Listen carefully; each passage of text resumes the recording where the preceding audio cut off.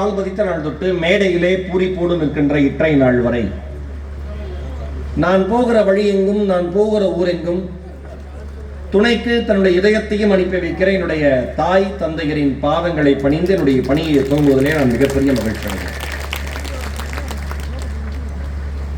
மிக கம்பீரமாக 10வது ஆண்டு விழாவை கொண்டாடி கொண்டிருக்கிற காங்கேயம் ரோட்டரி சங்கம் நடத்துகிற இந்த அற்புதமான 10ஆம் ஆண்டு புத்தக திருவிழாவுக்கு, காங்கேயம் புத்தக திருவிழாவிற்கு நிறைவு நாள் நிகழ்ச்சிக்கு நான் என்னைக்குமே கடைசி நாள்னு எதையுமே சொல்ல மாட்டேன். கடைசின்னு ஒன்று கிடையவே கிடையாது, நிறைவுன்னு தான் ஒன்று இருக்கு. சில பேர் ப்ரோக்ராம் முடிச்சுட்டு கார் ஏறுறப்ப என்கிட்ட கடைசி போட்டோம்மா, நான் சொல்ல நல்லா இருப்பேன் அப்படின்னு அவனை எடுத்துட்டு நானே ஒன்று எடுத்துக்குவேன். கடைசி போட்டோம் சார் உங்களோட, ஏன்டா பயமுறுத்துறீங்கன்னு. தமிழ்ல நிறைவுன்னு ஒரு சொல் இருக்கு, அதற்கு இணையான ஒரு நல்ல சொல் உலகத்துல கிடையவே கிடையாது. நான் ஒன்று சொல்லவா, எந்த இடம் நிறைவாக இருக்கிறதோ அந்த இடத்தில் அன்பு பெரு நதியாக பெருக்கெடுத்து ஓடும் என்பது வாழ்க்கை சொல்லித் தருகிற மாய வித்தை. இந்த நிறைவு நாள் அன்று என்னை சிறப்பு விருந்தினராக, சிறப்பு பேச்சாளராக பேச அழைத்த காங்கேயம் ரோட்டரி நகரத்தை சார்ந்த அன்பு மிகுந்த அத்துணை அன்பு உள்ளங்களுக்கும், இந்த புத்தக திருவிழாவை தன் தோள் மீது சுமந்து கம்பீரமாக நடத்தி வருகிற அத்துணை உறுப்பினர்களுக்கும், ஊர் பொதுமக்களுக்கும், காங்கேயத்தினுடைய அடையாளமாக இருக்கிற மேடையில் அமர்ந்திருக்கிற அத்துணை அன்பு உள்ளங்களுக்கும், பெரிய மனிதர்களுக்கும், இன்றைக்கு காங்கேயத்தின் பெருமை என்கிற விருதுக்கு மிக மிக தகுதியான ஒரு மனிதராக தன்னை இவ்வளவு ஆண்டு காலம் சமூக சேவையில் ஈடுபடுத்தி கொண்டு அந்த விருதை 10ஆம் ஆண்டு புத்தக திருவிழாவில் பெற்ற மரியாதைக்குரிய NSN நடராஜ் ஐயா அவர்களுக்கும், என்னை இந்த புத்தக திருவிழாவிற்கு வர வேண்டும் என்று அன்போடு அழைத்த மரியாதைக்குரிய அன்பு அண்ணன் மோகன் அவர்களுக்கும், மோகன் அவர்கள் புத்தக திருவிழா நடத்துவதற்கு தகுதியான மனிதர் என்பதை விட அவர் நிர்வாகத்திறன் வாய்ந்தவர். ஏன்னா பல கட்ட பேச்சுவார்த்தைக்கு அப்புறம் கடைசியில நானே ஸ்பான்சர் பண்ணிடுறேன், நான் வந்துடுறேங்கிற அளவுக்கு வந்துட்டேன். ரொம்ப கஷ்டப்பட்டு நடத்துறோம்னு பார்த்தா சைடு ஃபுல்லா ஸ்பான்சரா இருக்கு. ஆனா எனக்கு ஒரு சந்தோஷம், இந்த பக்கம் அரிசிக்கு, அப்புறம் முன்னாள் சட்டமன்ற உறுப்பினர் ஐயா சொன்னாங்க நெய் ஃபேமஸ். நான் வீட்டுக்கு போறப்ப ஒரு மாசம் மளிகை ஜாமான் கிடைச்சிரும்னு நினைக்கிறேன். காங்கேயத்தில் எங்கள் அம்மாவுக்கு எத்தனை 1000 லட்சம் பணம் கொடுத்தா கூட சந்தோஷம் வராது. 1 லிட்டர் ஆயிலை கொண்டு போய் கொடுத்தா அந்த ப்ரோக்ராம் நடத்துறவங்க நல்ல விரும்பும். 1 லிட்டர் நெய்யை கொண்டு போய் கொடுத்தோம்னா அந்த மாதிரி மனுஷன் உலகத்திலே இல்லைங்க. அரிசி ஒரு 10 கிலோ கொடுத்துட்டோம்னா அந்த மனுஷன் மாதிரி உலகத்தில் கிடையாது. இனி எப்போ கூப்பிட்டாலும் அவர் வீட்டு ஃபங்க்ஷனுக்கு நீ போயிருந்தோம். பெண்கள் இவ்வளவுதான் ஆசை பெண்களுக்கு. ஆண்கள் தான் நம்ம நினைச்சுக்கிறோம் பெண்களுக்கு நிறைய ஆசைன்னு. பெண்களின் ஆசை ரொம்ப எளிமையானது, அவர்களை மகிழ்ச்சிப்படுத்துவது எளிமையானது. அதன் அப்புறம் வர பின்னாடி ரொம்ப அற்புதமான ஒரு அழைப்பு மோகன் அண்ணன் அழைச்சு. எனக்கு ரொம்ப பிடிச்சது மோகன் அண்ணன் என்ன அப்படின்னா, சில பேர் நிகழ்ச்சி கொடுத்துட்டு எம்எல்ஏ சார் ஃபோனில் போட்டு நம்மளை பொண்ணு எடுத்துக்கிடுவாங்க. சார் கிளம்பிட்டீங்களா சார், எப்போ கிளம்புறீங்க, எப்போ ப்ரோக்ராம் பண்ணி கேட்டால் பரவாயில்ல, 2 வாரம் முன்னாடி வந்துடுறேன் சார் பயமாக இருக்கும். இவர்கிட்ட என்னன்னா எனக்கு பயமாக இருந்தது, ப்ரோக்ராம் இருக்கா, ப்ரோக்ராமே இல்லையா, என்ன இந்த மனுஷன் காலே பண்ணலையே, நேற்று நைட்டு நானாக கால் பண்ணேன், ஆனால் ப்ரோக்ராம் கன்ஃபார்ம் தானே, அவர் என்ன இப்படி கேட்குறீங்க, நாளைக்கு நிறைவு நாள், அது எனக்கு தெரியுது, ஒரு ஃபோனை காணமே, நீங்கள் பிஸியாக இருப்பீங்கன்னு நான் தொல்லை பண்ணல. இப்படி ஒரு பண்பாடான மனிதனை என் மேடை வரலாற்று நான் வாழ்க்கையில் பார்த்ததே கிடையாது. ஹோட்டல்லேருந்து கிளம்புறப்ப கூட ஒரு கால் பண்ணுவார், நினைச்சேன் பண்ணலையே, வந்தாவா வராட்டி போ, எங்களுக்கு இருக்காரு காங்கேயத்தின் பெருமை, அவரை வச்சே முடிச்சு விட்டுருவோம்யா அப்படின்னு. ஒரு வழியாக நானே தப்பிச்சு வந்துட்டேன். கடைசி வரைக்கும் கூப்பிட மாட்டாங்க போல இருக்கு. அதாவது பண்பெனப்படுவது பாடறிந்து ஒழுகல்னு தமிழ்ல இருக்கு, தொல்காப்பியம் சொல்லுது. எதிரா பண்பு அப்படின்னு கேட்டா, அடுத்தவர்களின் நிலை அறிந்து யார் நடந்து கொள்கிறார்களோ அதைவிட சிறந்த பண்பாடு உலகத்தில் இல்லை என்று இந்த உலகத்திற்கு சொல்லிக் கொடுத்தது தமிழ். மோகன் அண்ணனுடைய தொடர்பு முறை பார்க்குறப்ப எனக்கு அப்படிதான் தெரிஞ்சது. ஆதி அன்பு சகோதரர், அவர் தான் தொடர்பெயர் கொடுத்தார் அவருக்கும். ஏன்னா இப்பெல்லாம் நம்பர் தர மாட்டேங்கிறாங்க சார். ஈரோடு மகேஷ் நம்பர் கொடுங்கன்னா நீங்கள் என்னன்னு சொல்லுங்கள், நானே செஞ்சிடறேன் அந்த விஷயத்தை. நம்பர் தர மாட்டேங்கிறாங்க, இல்லை அவர் டேட்டு பிஸின்றுவாங்க, ஏதாவது ஒன்று சொல்லிடுவாங்க. ஒருவரை இன்னொருவரோடு தொடர்பு படுத்தி விடுறதுக்குன்னு ஒரு மனசு வேணும். உண்மையா இல்லையா? ஏன்னா அவருக்கு இன்ட்ரடியூஸ் பண்ணிட்டா நாம என்ன ஆகும்னு பயந்துட்டே பல பேருக்கு இன்ட்ரடியூஸ் பண்ணாமே இருப்பாங்க, அறிமுகப்படுத்தாமே இருப்பாங்க. தவறு. அவருக்கு என்னுடைய மனம் நிறைந்த நன்றி. அப்புறம் நம்ம ஏர்செல் வெங்கடேசன் இருக்காரு, எங்க இருக்காப்புல அண்ணன், முதல்ல என்னை மேடைக்கு அழைச்சி நிறைய ஆரம்ப காலகட்டத்தில் பண்ணவர், ரொம்ப மகிழ்ச்சி. எல்லாருக்கும் என்னுடைய மனம் நிறைந்த நன்றி. ஒரு வார இறுதி நாட்கள் இல்லாமல் திங்கள் செவ்வாய் புதன் இந்த மாதிரி நாட்களில் புத்தக திருவிழாவில் வந்து பேசுறது மிகப்பெரிய சிரமம். ஏன்னா கூட்டம் வராதும்பாங்க. ஆனால் நான் என்ன நினைப்பேன்னா, சனி ஞாயிறில் வெள்ளி சனி ஞாயிறில் எனக்கு தெரிய வேண்டாம், நீங்கள் மற்ற நாட்களில் கொடுங்கன்னு கேட்பேன். ஏன்னா அந்த நாளில் என் பேச்சை கேட்பதற்கு யார் வருகிறார்களோ அவர்களுக்கு நான் பேசணும்னு நினைப்பேன். இந்த காங்கேய மக்கள் கூட்டத்தை பார்த்தா அப்படி மகிழ்ச்சியா இருக்கு. என்ன கூட்டம்! என்னை வரவேற்கிறதுக்கு வந்து நம்ம மோகன் அண்ணன் இன்னும் ஒரு 4 பேர் வந்து வரவேற்று கூட்டிட்டு வராங்க. ராஜன் எல்லாம் வந்து அப்ப வெளியில போற ஒரு அக்கா சொல்லிட்டு போகுது, மகேஷா இன்னைக்கு. நீங்க கேட்கலத, நான் இதை தான் கேட்பேனே. இன்னைக்கு மகேஷா தெரியும் டிவியில் வருவாப்புல இல்லை அப்படின்னு போயிட்டே இருக்கு. ரெண்டும் இன்னொரு அக்கா நான் நடந்து வரேன், பாப்கார்ன் சாப்பிட்டு கையை தட்டி விடுது. யாரை சொன்னேன்னு அந்த அக்காவுக்கு தெரிஞ்சிருச்சு. அந்த அக்கா மட்டும் தனியாக சிரிச்சுக்கிட்டு இருக்கு. இன்னொரு அக்கா உருளைக்கிழங்கு சிப்ஸ் வட்டமாக இருக்கும் பாருங்க, எண்ணெயில் முக்கி பொடியை போட்டு கொடுப்பாங்களே, அதை குடும்பத்துக்கே கொடுத்துட்டு நல்லா இருக்கேன். ஒரு புத்தக திருவிழாவை நான் என்ன சொல்றேன்னா, நீங்க புத்தக திருவிழா 10வது வருஷம் நடத்துறாங்க, காங்கேயத்தின் பெருமை அதெல்லாம் நம்ம பேசுறோம்ல, நடத்துறவங்களுக்கு தான் எவ்வளவு பெரிய சிரமம்னு தெரியும். இந்த மாதிரி என்டர்டெயின்மெண்ட் இல்லாம உங்களை எல்லாம் புத்தக திருவிழாக்குள்ள கூட்டிட்டு வர்றது சிரமம். வெறும் புத்தக திருவிழா நடத்திடலாம், எதுவுமே இல்லாம வெறும் புத்தகங்கள் மட்டும் இருக்கும். சிந்தனை அரங்கத்தில் வந்து பேச்சாளர்களோ எழுத்தாளர்களோ பேசுவாங்க, அது நடத்திடலாம். ஆனா குழந்தைங்க வராது, பெரியவங்க நீங்களே வர மாட்டீங்க. உங்களுக்கு ராட்டனம் சுத்தணும், சிப்ஸ் போடணும், பாப்கார்ன் பொரிக்கணும், இது எல்லாம் நடக்கணும். இதுக்கு நடுவில் ஐயா வாழ்வதற்கான கடமையே படிக்கிறது தான், படிங்கன்னு உங்களை அப்படியே இழுத்துட்டு போய் உள்ள விடணும். இவ்வளோ சிரமத்திற்கு மத்தியில் காங்கேயம் ரோட்டரி சங்கம் 10 ஆண்டுகளாக இந்த புத்தக திருவிழாவை பல்வேறு இடர்பாடுகளுக்கு நடுவே நடத்தி வருவதற்கு ஒரு அரங்கம் நிறைந்த கைத்தட்டலை புத்தக விழா, இந்த புத்தக திருவிழா உறுப்பினர்களுக்கு நீங்க எல்லாரும் தரவும். அவர்கள் அதற்கு தகுதியான மனிதர்கள். என்ன தலைப்புன்னு கேட்டார் அண்ணன். அன்பெனும் பெருநதி அப்படின்னு தலைப்பு கொடுங்க. அன்பெனும் பெருநதி அப்படின்னு தலைப்பு கொடுங்க. இன்னைக்கு நாம எல்லாரும் அதிகமா பேசுற வார்த்தையும் அன்புதான்.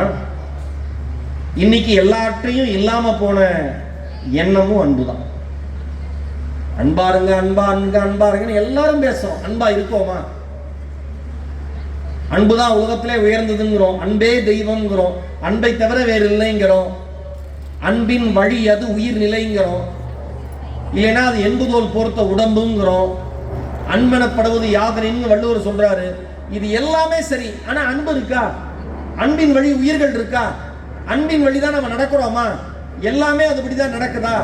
மனதில் இன்னும் மனதுல ஓரத்துல அந்த ஈரம் இருக்கா கேட்டா விடை பெரிய கேள்விக்குறிதான். ஏன்னா அண்மையில் நடக்கிற சம்பவங்கள்லாம் பார்த்தா பயமா இருக்கு.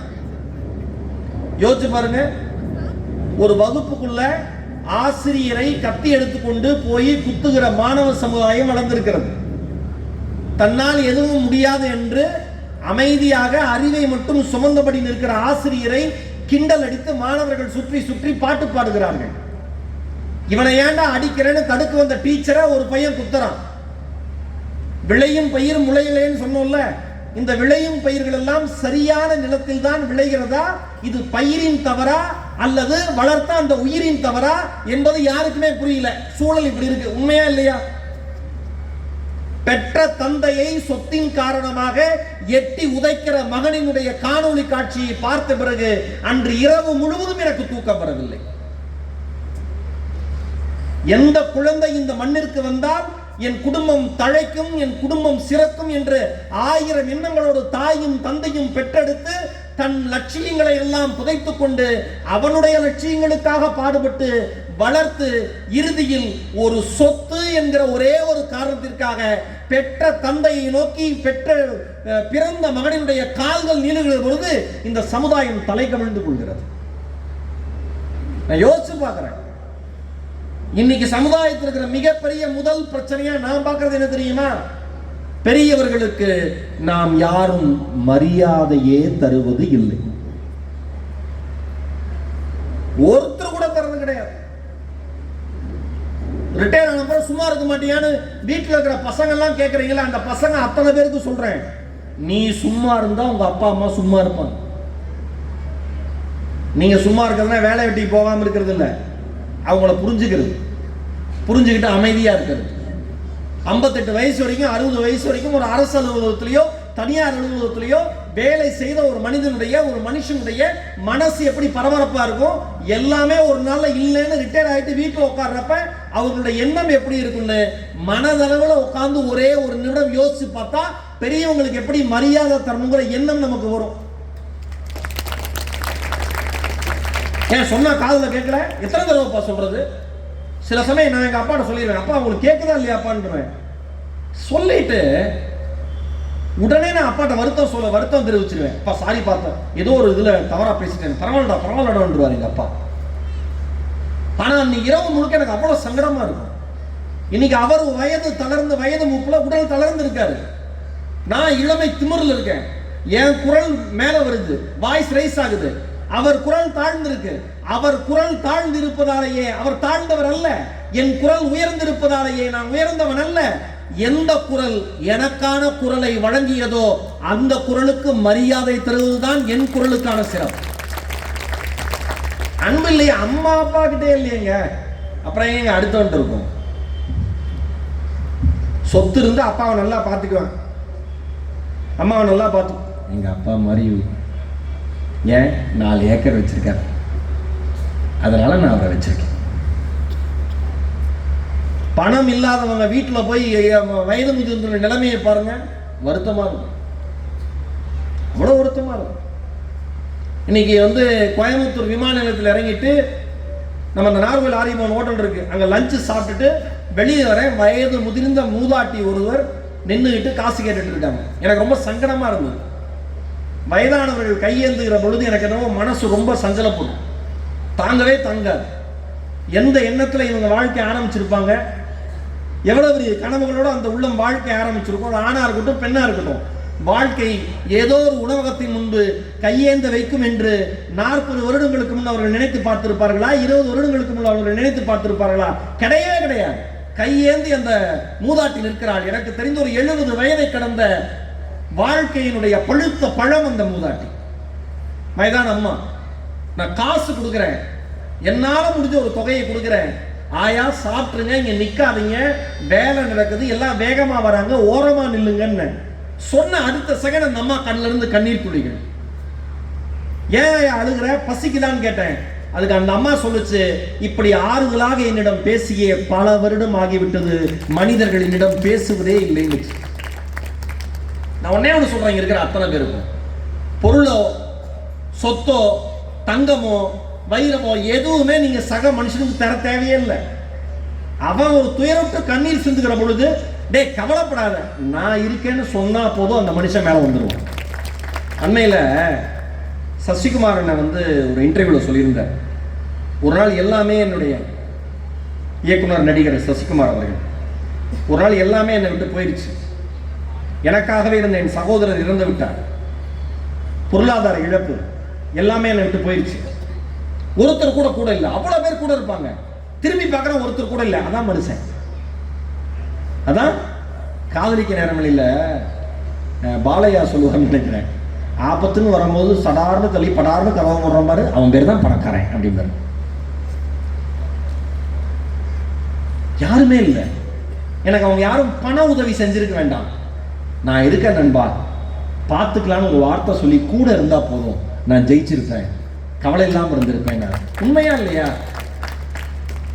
நிலை தாழ்ந்துருச்சுன்னா யாரும் கூட இருக்கிறது இல்லையே, யாரும் கூட இருக்கிறது இல்லையே, ஒரு ஆள் கூட இருக்கிறது இல்லையே. கண்ணதாசன் சொல்லுவாரு, டே மனுஷன் வாழ்க்கை எப்படின்னு வச்சுக்கீங்க, இது சார் இப்போ நான் புதுசாக எடுத்த சட்டை சார், இந்த சட்டை புதுசாக நம்ம சட்டை எடுக்கிறப்ப அந்த சட்டையை அவ்வளோன்னா பார்த்துக்கணும். கரெக்டா? காலையில் டீ குடிக்கிறப்ப நம்ம வீட்டு பக்கம் ஏரியா பக்கம் டீ குடிக்கிறப்ப போவோம்ல, ஒரு பழைய சட்டையை போட்டு போவோம், டீ கொட்டினா கூட கவலை இல்லை. நண்பர் யாராவது டீ சிந்திட்டாருன்னா பரவாயில்ல, என்னங்க சட்டை தானாங்க, இது போய் டீ கொண்டது போய் இவ்வளோ சாரி கேட்குறீங்க, போயிட்டு போகுதுங்க. யார்? இதே மனுஷன் ஈவினிங் புதுசாக சட்டையை போட்டு வர்றாரு, அதே ஃப்ரெண்டு டீயை கொட்டிடுறாரு. ஏன் கண்ணுன்னு தெரியாதுங்களா? Sorry sir. என்னங்க சாரி? கரை போகுங்களா? புது சட்டைங்க சொல்கிறோமா? இங்கே யாராவது இதுக்கு விதிவிலக்கு இருக்கோமா? நான் உட்பட கிடையாது. இந்த சட்டை புதுசாக இருக்கிறப்ப பாதுகாத்து பத்திரமா வச்சுக்குமா. ஆனால் இதே சட்டை பழைய சட்டை ஆயிடுச்சுன்னா அடுப்பங்கரைக்கு கறித்துணியாக போயிடும். பெரும்பாலும் நம்ம வீட்டில் காலில் போட்டு அம்மா மிதிக்கிறதெல்லாம் நம்ம போட்ட சட்டை தான். பாலை கொட்டது துடைக்கிறது நம்ம போட்ட சட்டை தான், கறி துணி தான், அடுப்பு துணி தான். ஓகேவா? வாழ்க்கையும் இப்படிதானா? கண்ணதாசன் சொன்னார், டே நீ நல்லா இருக்கிறப்ப உன்னை அப்படியே போற்றி போற்றி புகழ்வாங்க, கொண்டாடுவாங்கடா. நீ நல்லா எல்லாம் போயிட்டேன்னு வச்சுக்கோ, நீ கறி துணி மாறிடான்னு. எப்படி? பருத்தி என்ற ஒரு செடி வளர்ந்தது பருவ பெண்ணை போலே, அந்த கரிசல் கழனி மேலே. அது சிரித்த அழகில் காய் வெடித்தது சின்ன குழந்தை போலே அந்த வண்ண செடியின் மேலே. பருத்தி எடுத்து பிரித்து பார்த்து பஞ்சு இழைகள் ஆச்சு, நூல் என்னும் பெயர் உண்டாச்சு. பஞ்சு எடுத்தாச்சு, நூலை உருவாக்கியாச்சு. எப்படி வந்தது ட்ரெஸ்ஸு, ஆடை?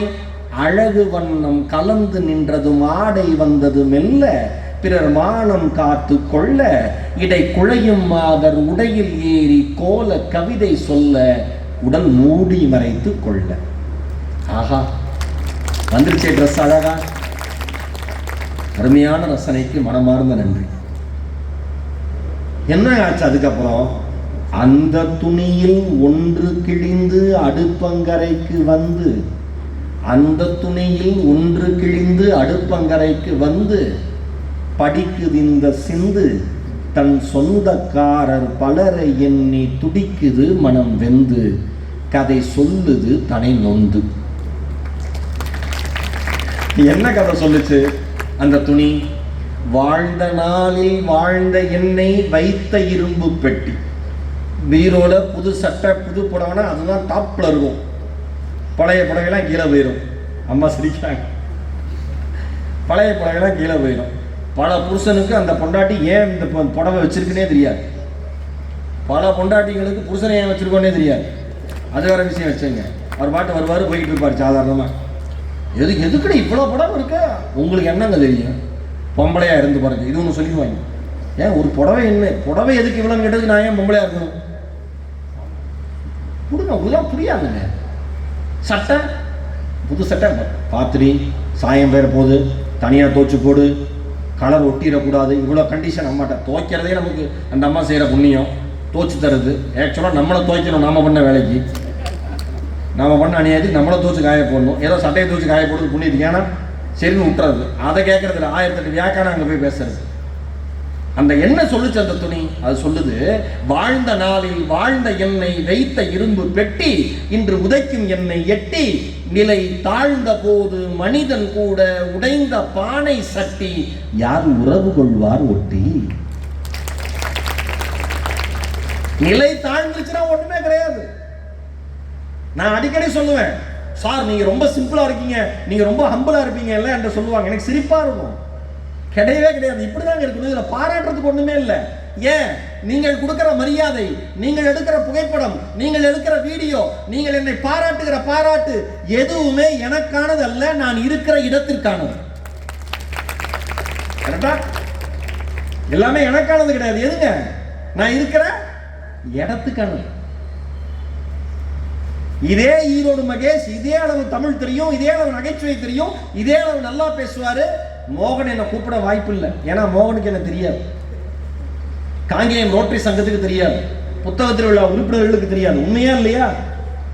இதே காங்காயத்துக்கு வந்து பஸ் ஸ்டாண்ட்ல ஒரு டீ கடையில் டீ குடிச்சிட்டு இருந்து டீ கடைக்காரருக்கு காசு லேட்டா கொடுக்க போயிட்டேன்னா சீக்கிரம் கொடுங்க, கூட்டம் அதிகமாயிடுச்சு, அவரு என்ன சத்தம் போடுவார். அப்ப ஈரோடு மகேஷ் கிடைக்கிற புகழும் கைத்தட்டலும் பணமும் ஈரோடு மகேஷுக்கானது அல்ல, அவர் இருக்கிற இடத்திற்கானது.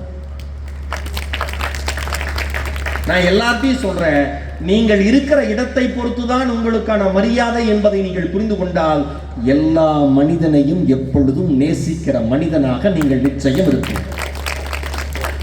எக்ஸ்எம்எல்ஏ சாரை பத்தி என்எஸ்என் ஐயா பத்தி சொல்றப்ப சொன்னாங்களே, அவ்வளோ அன்பானவர், அவ்வளோ அன்பானவர், பணிவானவர், பழக்க வழக்கத்துக்கு அவ்வளோ. நான் உட்காந்து ஒரு 5 நிமிஷத்தை அவ்வளோ எல்லாம் பேசுறேன். பேசணும்னு அவசியம் கிடையாது. பண்பு தானே எல்லாமே, அன்பு தானே எல்லாமே. யார் என்னத்தை கொண்டு போக போறோம் எல்லாம் பேசிட்டு தான் எல்லாரும் எல்லாத்தையும் சேர்த்து வைக்கிறோம். யாருங்க என்னத்தங்க யாருங்க கொண்டு போக போறா? ஆமா, 1000 ரூபாய் எப்போ தரீங்க? எந்த 1000ங்க? போன வாரம் கைமாத்த வாங்கினீங்க, மறந்துட்டீங்க பார்த்தீங்களா? இந்த வேலைக்கு தாங்க நான் ஒரு வேலைக்கு தரதே கிடையாது, பெரிய இதாக போச்சுங்க உங்களோட அப்படின்னு சலிச்சுக்கிறது. கரெக்டா? எல்லாரும் எல்லாம் பேசிட்டு எல்லாம் எதை நோக்கி விடுறோம்? பணத்தை நோக்கி விடுறோம். தவறு கிடையாது. சர்வைவல் வேணும், வாழணும், தவறு கிடையாது. ஆனால் நீங்கள் வாழ்வதற்கு நடுவே அடுத்தவர்களும் வாழ வேண்டும் என்கிற அன்பு உங்கள் மனதில் இருந்தால் நீங்கள் வாழ்வதற்கு தகுதியான மனிதர். அது நல்லா புரிஞ்சுக்கோங்க. நம்ம நிறைய பேருக்கு அது புரியறதே கிடையாது. ஏன் அன்பா இருக்கணும், ஏன் அன்பா இருக்கணும் என்கிட்ட எல்லாரும் கேட்பாங்க. சார், ஒரு பொண்ணு கோயம்புத்தூர் சொல்லிச்சு, அண்ணா ஏன் இருக்கானா அப்படின்னு.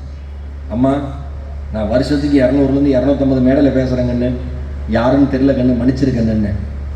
நான் ஸ்கூலில் படிக்கிறப்ப நீங்கள் சீஃப் கெஸ்ட்டாக வந்திருக்கீங்க. இப்போ அவன் ஒரு பையன் இவ்வளோ பெருசு இருக்கான் அங்கே அப்படின்னு. எப்படி நான் அப்படியே இருக்கீங்க அப்படின்னு அந்த பிள்ளை, எப்படி நான் அப்படியே இருக்கீங்க, நான் என்ன அப்படி ஆயிட்டேன் அப்படின்னு. அம்மா, ஆணின் உடல்நிலை வேறு, பெண்ணின் உடல்நிலை வேறு, ஓகேவா? உங்களை சுரண்டி பிழைக்கிறது தான் எங்கள் இனம். உண்மை தான். இது எல்லா ஆண்களும், இது சில ஆண்கள் ஒத்துக்க மாட்டாங்க, ஆனால் மனசில் ஒத்துக்குவாங்க. எல்லாருக்கும் மனசாட்சி இருக்குல்ல. கரெக்டு தான் ஈரோடு மகேஷ் சொன்னது. நான் எப்படி என் பொண்டாட்டி விஷம் வச்சு இன்னைக்கு 10வது விவசாயம் இருக்கணும் எனக்கு, இது எல்லாருக்கும் தெரியும். ஏதோ அந்த அம்மா நம்மளுக்கு பிச்சை போட்டிருக்கு, போ ஏதோ வாழுது, நீ வாழ்ந்துட்டு போ அப்படின்னு. இது அந்த பிள்ளை என்கிட்ட கேட்டுச்சு, எப்படின்னா நீங்கள் வந்து அப்படியே இருக்கீங்க. நான் ஒன்றே ஒன்று சொல்கிறேன், நீங்கள் எப்பொழுதும் சிரித்த முகத்தோடு இளமையோடு இருக்க வேண்டும் என்றால் உங்களுக்கு துரோகம் செய்தவர்களை மன்னிக்க எப்பொழுது நீங்கள் கற்றுக்கொள்கிறீர்களோ அன்றைக்கு நீங்கள் மகிழ்ச்சியாக இருப்பீர்கள். துரோகத்தை எப்போ மனசில் சுமக்க ஆரம்பிக்கிறீங்களோ அது உங்களை நீங்களே சிறுவியில் அடித்துக் கொள்வது மாதிரி. ஃபைனலாக எல்லாரும் மனுஷன் தானே, துரோகம் செய்ய பழகினவன் தானே. பிரபஞ்சன் சொன்னாரு, எந்த நரியும் இன்னொரு நரியோடு காஃபி ஷாப்பில் உட்கார்ந்து கொண்டே மற்றொரு நரியை கெடுப்பதற்கு யோசிக்காது மனிதனை தவிர. ஆனா இவன் நரி மாதிரி அப்படிமா, இவன் தந்திரங்க சரியான ஆளவன், அவெல்லாம் நம்பக்கூடாது அப்படி சொல்றாங்க. அவனை நம்பாதீங்க. நீங்க யார் ஒருவன் அடுத்தவரை பற்றி உங்களிடம் குறை சொல்கிறானோ அவன் உங்களை பற்றியும் அடுத்தவரிடம் குறை சொல்வதற்கு தயாராக இருக்கிறான் என்ற அர்த்தம். யாராவது என்கிட்ட வந்து யாரை பற்றியாவது குறை சொன்னா, தலைவா என் நியூஸை நீ தேடுறேன்னு நான் நினைச்சுக்க. தேவையே கிடையாது. யாருடைய வாழ்க்கையையும் விமர்சிப்பதற்கு நாம் இங்கு பிறக்கவில்லை. அதை நல்லா புரிஞ்சுக்கோங்க. ஏன் விமர்சிக்க கூடாது? கேள்வி வரும்ல. அவர்கள் வாழ்க்கையை நீங்கள் வாழாதவரை அந்த வாழ்க்கையை விமர்சிப்பதற்கு உங்களுக்கு தகுதியே இல்லை. வாழாதீங்க அப்படின்னு யாருமே சொல்லல. அடுத்தவனுக்கு எடுத்து வாழாதீங்க, அன்போட வாழுங்க. அதனாலதான் அன்பெனும் பெருநதியின் தலைப்பு கொடுத்தேன். அது ஏன் பெருநதியா இருக்கணும்? சாதா நதியா இருக்கக்கூடாது. அன்பெனும் நதியும் கொடுத்துருக்கலாமே. அன்பனும் பெருநதி, அன்பு பெருநதியாக தான் வரணும். அன்பிற்கும் உண்டோ அடைக்கும் தாழ். சார் நான் சொல்றேன், இன்னைக்கு வந்து அவருக்கு பார்க்காத பதவிகள் இல்லை என்ன சொன்னையா, ஆனா பள்ளி பருவத்தை அவருடைய பள்ளி தோழர்களை பார்த்தா நீங்க குழந்தையா மாறுவீங்களா இல்லையா? கரெக்டா இல்லையா? எவ்வளவு பெரிய உயரத்தில் இருந்தாலும் நம்மை வாடா போடா என்று அழைக்க நண்பர்கள் வேண்டும். கரெக்டா? இந்த இப்ப நார்த் இந்தியாவா, கர்நாடகா, கேரளான்னு நினைக்கிறேன், கேரளா தான். ஒரு அலுமினி மீட், முன்னாள் மாணவர்கள் சந்திப்பு. அதுல 40 வருஷம் கழிச்சு வந்த பிரச்சனையில 2 பேர் மூஞ்சி உடைச்சிருக்கேன். கரெக்டா எத்தனை வருஷம் தெரியல, எனக்கு கிட்டத்தட்ட 40 வருஷம் கரெக்டா. முன்னாள் மாணவர்கள் சந்திப்பு நடந்திருக்கு கேரளால. 40 வருஷம் 30 வருஷம் 40 வருஷம் பார்த்துருக்காங்க. என் பென்சில் ஏண்டா திருன்னு அந்த மாதிரி ஒரு சின்ன பஞ்சாயத்து. 2 பேரும் மூக்கு உடைச்சு நிற்கிறாங்க வாத்தியார் முன்னாடி. அவர் பாடம் எடுத்த வாத்தியார் நல்லவேளை போய் சேர்ந்துட்டாருன்னா நல்லது. இவனுக்கெல்லாம் பாடம் எடுத்து அந்த மாதிரி எப்படி உயிரோடு இருக்கு. ஏன் அதான் சொன்னேன், ஏன் துரோகங்களையும் பழி வாங்குவதையும் யாரோ எப்பொழுதோ பேசிய கோபமான வார்த்தைகளையும் நெஞ்சில் சுமந்து திரிகிறோம். நான் எப்பயுமே அங்கங்க தூக்கி போட்டே இருப்பேன் சார். வீட்டுக்குள்ள நான் அடிக்கடி சொல்லுவேன், வீட்டுக்குள்ள இருக்கிற குப்பை தொட்டிய, நீங்க போடுற டஸ்ட்பின், நீங்க போடுற குப்பையை, சமைச்ச மீதத்தை அன்னைக்கே கிளியர் பண்ணி தூக்கி எரிஞ்சிடணும், எல்லாம் வீடு நாரிடும். ஒரு நாள் குப்பைக்கு வீடே நாரி போகும் என்றால் எப்பொழுதோ பேசிய யாரோ பேசிய குப்பையான வார்த்தைகளை மனதில் சுமந்து திரிந்தால் நம் வாழ்க்கையும் நாரி போகும் என்பதை முதலில் நம்புங்கள். விட்டுட்டு போங்க, அவனுக்கு தெரிஞ்சது அவ்வளவுதான். நான் அப்படிதான் நினைப்பேன். துரோகம் செய்வதற்கு நீ பழகி இருக்கிறாய், மன்னிப்பதற்கு நான் பழகி இருக்கிறேன். உன் வளர்ப்பப்படி என் வளர்ப்பைப்படி, அவ்வளவுதான். அவனை சொல்லவா, இந்த மனசாட்சின்னு ஒன்று இருக்குல்ல, அது இருந்துச்சுன்னா எல்லாரும் மேலே அன்பா இருப்பாங்க. ஆனா என்ன பிரச்சனை, மனுஷனுக்கு அவனுக்கு தப்பு நடக்கிறப்ப மட்டும் அவன் ரொம்ப நியாயம் பேசுறவன மாறிடுவான். அவன் அடுத்தவனுக்கு தப்பு பண்றப்ப இதெல்லாம் இருக்குங்க, வாழ்க்கையில் இப்படி இல்லைன்னா எப்படி முன்னேறதும். தனக்கு பிரச்சனை வருகிற பொழுது வக்கீலாக மாறுகிறவன் அடுத்தவர்கள் பிரச்சனை என்கிற பொழுது நீதிபதியாக மாறிவிடுவான். அவ்வளவு அற்புதமானவன் மனுஷன். கேட்டா 6 அறிவு வெக்க கேடு. என்ன மனசாட்சி. சுஜாதா சொன்னார், நான் ப்ரிப்பேர் பண்ணிட்டு வந்ததே வேற, பேசுறதே வேற. ஏன்னா அவ்வளோ நல்ல ரசிகர்கள். அப்படி வருது, அப்படியே ஆற்றொழுக்க அன்பனும் பெருநதி போல என் பேச்சு பெருநதியாக வருது காங்கேய மக்களுக்கு. ஆரம்பிச்சு அதுக்குள்ள 1/2 மணி நேரம் ஓடி போச்சு, டைம் போனதே தெரியல. சுஜாதா சொன்னாரு, எப்படிங்க மனசாட்சி இல்லாமல் இப்படி ஒரு பொய் சொல்லிட்டான் எழுத்தாளர் சுஜாதா. எப்படிங்க மனசாட்சி இல்லாமல் இப்படி ஒரு பொய் சொல்லிட்டான். சுஜாதா சொல்றாரு, பொய் சொல்ல வேண்டும் என்று முடிவெடுத்த பிறகு மனசாட்சி எதற்கு? அதனாலதான் மனசாட்சி இல்லாம சொல்றான். என்ன அழகா எழுதுறாரு பாருங்க. ஏங்க, ஏன் புத்தகம் படிக்கணும்னு வச்சுங்களேன். நான் ஒண்ணு சொல்லவா, ஒரு மனிதர் வாழ்ந்த வாழ்க்கை, இப்ப மகாத்மா காந்தியோட சுயசரிதம் இருக்கு, அம்பேத்கரோடது இருக்கு, அவங்க வாழ்க்கை வரலாறா இருக்கு.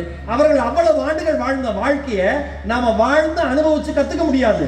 ஆனால் புத்தகங்கள், ஒரு மனிதன் 80 ஆண்டுகள் வாழ்ந்தானா, 70 ஆண்டுகள் வாழ்ந்தானா, 60 ஆண்டுகள் வாழ்ந்தானா, அந்த வாழ்க்கையை நீங்கள் 2 நாட்களில் படித்து தெரிந்து கொள்ள முடியும் என்கிற பொழுது ஏன் அந்த அனுபவத்தை நீங்கள் புத்தகத்தின் மூலமாக பெறக்கூடாது என்கிற ஒரே ஒரு காரணத்திற்காகவே நீங்கள் புத்தகங்கள் படிப்பதற்கு துவங்க வேண்டும். இங்க குழந்தைகளை கூட்டிட்டு வந்த அத்தனை பெற்றோர்களுக்கும் என்னுடைய மனம் நிறைந்த பாராட்டுகள், என்னுடைய பலமான கைத்தட்டுகள். உங்களுக்கு குழந்தைகளை கூட்டிட்டு வந்தவங்களுக்கு சினிமாவை கூட்டிட்டு போறோம், சொந்தக்காரன் கல்யாணத்துக்கு கூட்டு போறோம், பொருட்காட்சி கூட்டு போறோம். புத்தக திருவிழாவுக்கு பெற்றோர்கள் குழந்தைகளை அழைச்சிட்டு வரதில்லை. ஏன்னு கேட்டா, என் குழந்தைக்கு அதெல்லாம் பிடிக்காது. ஏன்னா அப்பா சாக்ரட்டிஸ், அம்மா மேரி கியூரி. 2 நோபல் பரிசு வாங்கிட்டு வெயிட் பண்றாங்க 2 அறிவாளிகளும். அதனால அவங்க எந்த ஒரு அறிவையும் தேடி போக வேண்டாம். இந்த 2 அறிவாளிகளுமே இந்த ஐசக் நியூட்டனை உருவாக்கிடும். அதனாலதான் வளர்ந்த புறம் கத்தி எடுத்து குத்துறான். ஏன்டா என்ன பார்க்கவே இல்லை, நீ எங்கடா பார்த்தங்கிற வளர்ந்த புறம் கூட்டிட்டு வாங்க. ஓ, ஈரோடு மகேஷ் வராரு, டிவியில வராரு, அவர் பேசுறப்ப மட்டும் வருவோம் நினைக்காதீங்க. வெளிச்சத்தை பொறுத்து யாருடைய அறிவும் இங்க இல்லை, நம்புங்க. மீடியால வரேன், நீங்க எனக்காக வரீங்க, இது எனக்கான கூட்டம் கிடையவே கிடையாது.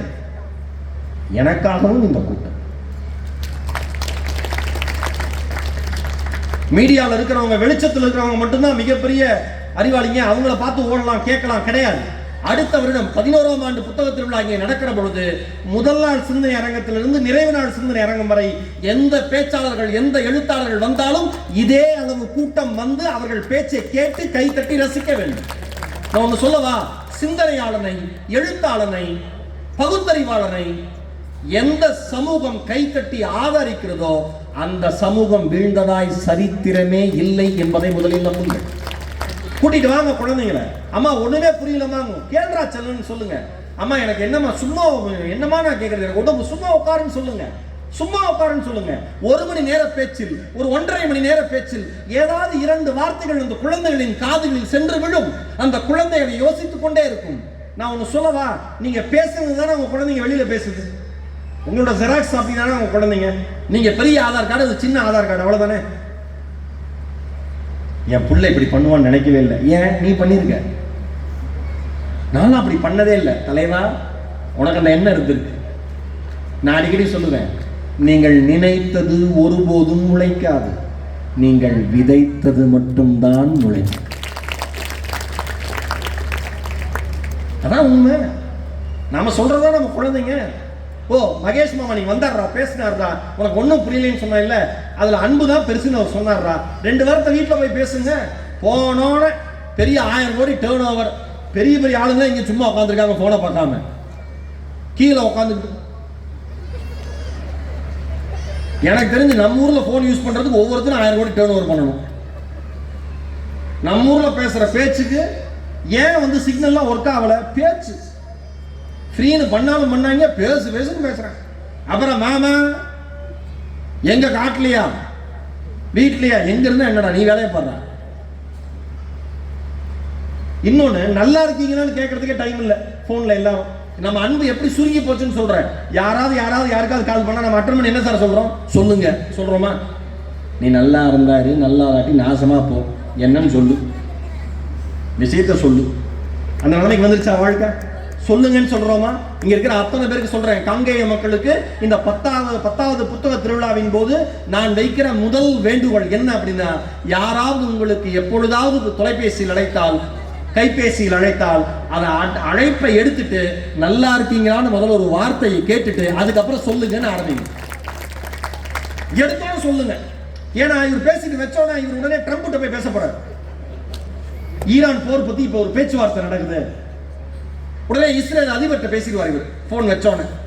பண்றதே 2 பேர், அதிசயம். நமக்கு தெரியாது. சில பேர் கான்டாக்ட் சேவ் பண்ணி வச்சிருப்பாங்க 12 பேர். நீலாம் இதுக்கு போன் வச்சிருக்க, தூக்கி வேண்டியதானே. 12 பேர் தான் வாழ்க்கையிலே தெரியும். அது யாரு? வைஃப். சில பேர் வைஃப் 1 வைஃப் 2. அதான் 2 நம்பர் அப்படியே ஸ்கோர் பண்ணுவீங்க. Wife 1 wife 2. அன்னைக்கு ஒருத்தர் வடபள்ளி கிட்ட பைக்கில் விழுந்துட்டாரு. அங்கே என்ன ரொம்ப அடிபட்டு போச்சு. ஆனா இது வேற பாஸ்கோடு வேற. ஏன்னா ராணுவ தளவாட ரகசியத்தை வச்சிருக்கேன். வருது பாருங்க நம்ம மனுஷங்க மேல ஆத்திரம். அப்படி பாஸ்கோடு தெரிஞ்சாலும் கூட இருக்கவங்க தெரியணும்ல. எந்த வீட்டில் கணவனோட பாஸ்வேர்டு மனைவிக்கும், மனைவியோட பாஸ்வேர்டு கணவனுக்கும் தெரியலையோ அந்த குடும்பம் சிறப்பான குடும்பம்னு அர்த்தம். புரிஞ்சிருக்கும்னு நினைக்கிறேன்.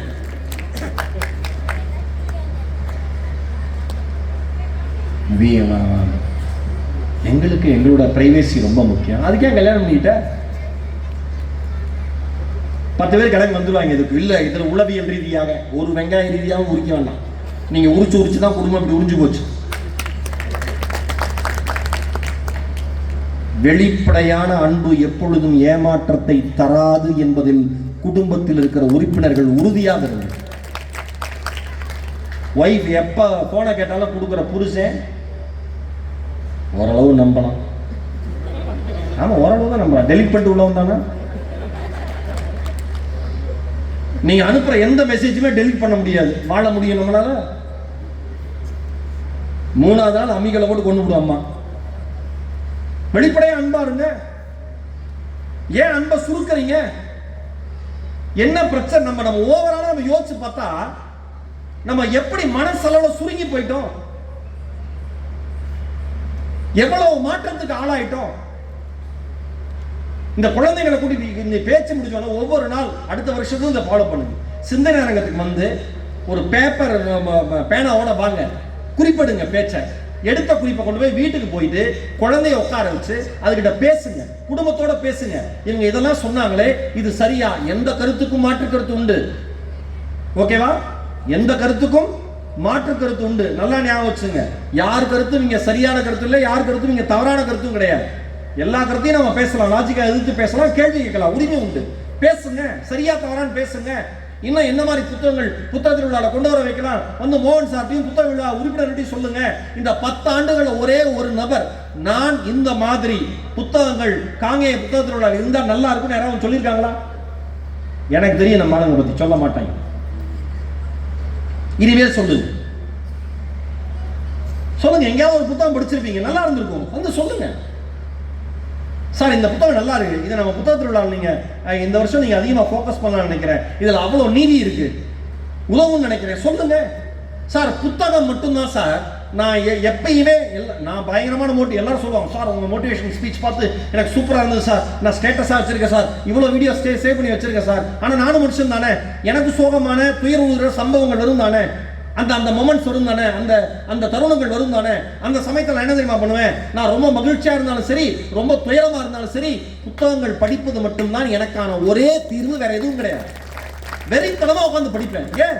அந்த புத்தகம் என் கண்ணீர் துளிகளை துடைக்கும், அந்த புத்தகம் என் மகிழ்ச்சியை அதிகப்படுத்தும், அந்த புத்தகத்தினுடைய வரிகள் அந்த எழுத்தாளன் என்னோடு பேசுவான், அவனோடு நான் கை கொடுக்குவது போல் இருக்கும், அவன் என் கைப்பிடித்து நியூயார்க் நகர வீதிகளுக்கு அழைத்து செல்வான், அவன் என் கைப்பிடித்து ஒரு குற்றால அருவியில் குளிப்பது போல ஒரு உணர்வை ஏற்படுத்துவான். அவன் ஒரு எழுத்தாளனுடைய எழுத்து ஒரு நாவல்லையோ ஒரு சிறுகதையிலையோ ஒருவன் பசியில் வாடினால் அந்த பசியினுடைய கொடுமை என்ன என்பது அந்த எழுத்து சொல்லி என் வயிறு உணர்ந்தால் அதுவே இந்த உலகத்தில் நல்ல எழுத்து என்று போற்றப்படும். இன்னைக்கு யார் நல்லா இருக்கணும் யார் நினைக்கிறார்? அன்பெரும் பெருநதியும் தலைப்பு யார் நல்லா இருக்கணும்? யார்? உலகத்திலே எனக்கு ரொம்ப பிடிச்ச ஒரே வியாதியே பிடிக்காது, ஆனா எனக்கு பிடிச்ச வியாதி கொரோனா தான். இதை சொல்றப்பெல்லாம் வெறியாங்க எல்லாரும். ஏண்டா டேய், என் சொந்தக்காரனை கொடுத்துருக்கேன், எங்க அப்பாவை கொடுத்துருக்கேன், எங்க அம்மாவை கொடுத்துருக்கேன், நானே என் சொந்தக்காரனை கொடுத்தேன், எல்லாம் நடந்துச்சு. எங்க வீட்டில் பயந்து தான் இருந்தோம், ஆனா கொரோனா பிடிக்கும் எனக்கு. கொரோனாவுக்கு என்ன பிடிக்கல, இறையருள்ள வரல, நம்மூர் சாப்பாடு. ஏன் கொரோனாவை பிடிக்கும்னா, முதல் முறையா மனிதகுல வரலாற்றிலேயே மனிதன் பக்கத்து வீட்டுக்காரன் நல்லா இருக்குன்னு நினைச்ச ஒரே தருணம் கொரோனா மட்டும்தான்.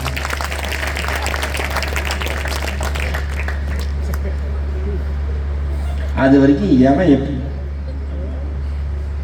எழுத்த வீட்டில் இளவு விழுந்திருக்கோம். ஐயா டைம் இல்லை, ஏன்னா இது கலெக்டர், இவர் அந்த ஒரு இளவு போக முடியாது, ஏகப்பட்ட இளவு இருக்கு, நல்லா எனக்கு கோவம் இருக்கு, அப்படி டைம் இல்லை. கொரோனா அப்ப வீட்டு கதை திறந்து பக்கத்து வைக்கிறேன் அப்படின்னு இருமிட்டா, ஏனுங்க என்னங்காச்சு உள்ள போங்க, இல்லை கடைக்கு நான் போய் வாங்கிட்டு வந்து இந்த கதவை மாட்டில் தொங்க விடுறேங்க, நீங்க உள்ள போங்க, அலையாதீங்க, ரெஸ்ட் எடுங்க, டாக்டர்கிட்ட சொல்லட்டுங்களா, கார்பரேஷன்ல சொல்லட்டுங்களா, கா ஆ ஆ அத்தரா, ஏன் இவன் ஆன்னு பாடக்கூடாதுன்னு. அப்பதான் நினைச்சேன் சக மனுஷன் நல்லா இருக்கணும்னு. இப்ப மாநகராட்சி ஊழியர்களுக்கெல்லாம் பூ தூணாங்க. இப்ப பாருங்க, குப்பை வீசுறான், குப்பத்தொழில் விழுகாம சைடில் போய் விழுவுது. நான் ஒரு அக்காட்ட கேட்டேன், இப்ப எப்படி இருக்குன்னு. இவனுங்கெல்லாம் மாற மாட்டானுங்க, இந்த மீண்டு போயிடுச்சு. சூழலுக்கு தகுந்த மாதிரி மனிதன் மாறுவான், தப்பு கிடையாது. ஆனா சூழலுக்கு தகுந்த மாதிரி நம்ம அன்பை மாத்திக்கிட்டே இருக்க கூடாது. நல்லா ஞாபகம் வச்சுங்க. என் பொண்டாட்டியோட சண்டை, உடனே போய் புலம்ப, வர வர என் வயசு சரியே இல்லை. நீங்க என்ன பண்ணீங்க? ஹரிச்சந்திர மகாரணம் செவிலே நான் விட்டேன். அப்புறம் அவங்க என்ன பண்ணாங்க? என்னை திட்டாங்க. அவளை அதோட நிறுத்திட்டாலும் சந்தோஷப்படும். எல்லாம் நமக்கு நடந்ததை மட்டுமே பெரிய துக்கமா அடுத்தவங்கிட்ட சொல்லி நம்ம வீட்டு உறுப்பினர்களை தாழ்த்தி பேசுறது நடக்காது. நான் ஒன்னே ஒன்று சொல்றேன், நீங்க வாழ்க்கையில அன்போடு இருந்தீங்கன்னா வாழ்க்கை எப்ப ஜெயிக்குங்கிறதுக்கான ஒரு மிகப்பெரிய நிறைய ஃபேமிலிக்கு ஒரு குடும்ப உறுப்பினர்கள் அத்தனை பேர் வந்திருக்கீங்க. குடும்பமா சொல்றேன், சண்டை இல்லை, என் குடும்பத்துல சண்டையே இல்லை அப்படின்னா அவன் வாழவே இல்லைன்னு அர்த்தம். சண்டையே கிடையாது. எங்க வீட்டுல எல்லாம் நானே வைஃப் சண்டை போட்டது இல்லைங்க. ஏங்க? இல்ல நான் பார்த்ததில்லை, அவளும் பார்த்ததில்லை. குழந்தை 4 எப்படா டை பெருசா சண்டே, ஏன் நாங்க பேசிக்கிறதே இல்லைங்க, சண்டையும் கிடையாதுங்க. இது வாழ்க்கையா? அடிச்சுக்கணும். ஒன்று சொல்லவா, அடிக்கடி நடக்கும் சண்டைகளில் தான் அன்பு முகழ்க்கும். வீட்டில் ஆச்சரியமா இருக்குங்க. நம்ம குடும்பம் மாதிரி ஒரு இன்ட்ரெஸ்டிங் ஃபேக்டர் எதுவுமே இல்லை. குழந்தைங்க நினைக்கும் நாளைக்கு காலையில் அப்பனும் ஆத்தாலும் டைவர்ஸ் பண்ணிடுவாங்க, இல்லை எங்கள் அம்மா அருவாமனை வச்சு அவளை வெட்டிடும், இல்லை அந்த ஆள் எல்லை அருவாளை வச்சு இவளை வெட்டுவா, ஏதோ நடக்கும். குழந்தை உட்காந்து பார்த்துக்கிட்டு இருக்கோம். கமான் வாடி, என்னன்னா இங்கே வா உட்காரு, லைவ் டெலிகாஸ்ட், யார் சாகுறான்னு பார்ப்போம் குழந்தைங்க. அடுத்த நாள் காலையில் பாருங்க, ஏங்க என்ன சட்னி அரைக்கிட்டேன், இவர் ஏமா கஷ்டப்படுறேன், ஹோட்டல் வாங்கிட்டு வந்துடுறேன். இதுங்க நினைக்கும், இதுங்க ரெண்டும் மென்டலா இல்லை மென்டல் மாதிரி நடிக்குதா, இதுங்க கேரக்டரையே புரிஞ்சுக்க முடியலையேன்னு. நான் ஒன்று சொல்லவா, உங்களுக்குள் வருகிற சண்டை உங்களுக்குள்ளேயே தீர்க்கப்பட்டால் உங்களை விட சிறந்த தம்பதிகள் இந்த உலகத்தில் வேறு யாரும் இல்லை என்ற அர்த்தம்.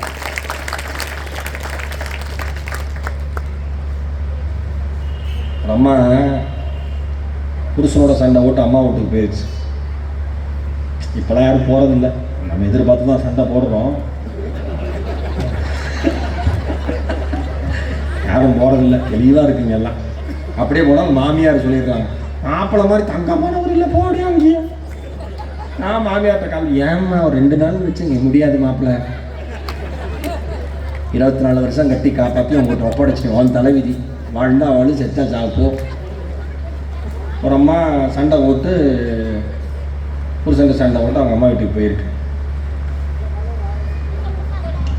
நம்ம ஆம்பளைங்க 2 நாள் 3 நாள் வீராப்பா இருக்க முடியும், அதுக்கு மேலே இருக்க முடியாது. ஏன்னா சோத்துக்கு வழி இல்லை. எவ்வளோ பணக்காரங்களாக இருந்தாலும் 2 நாள் 3 நாள் சாப்பிட்லாம்.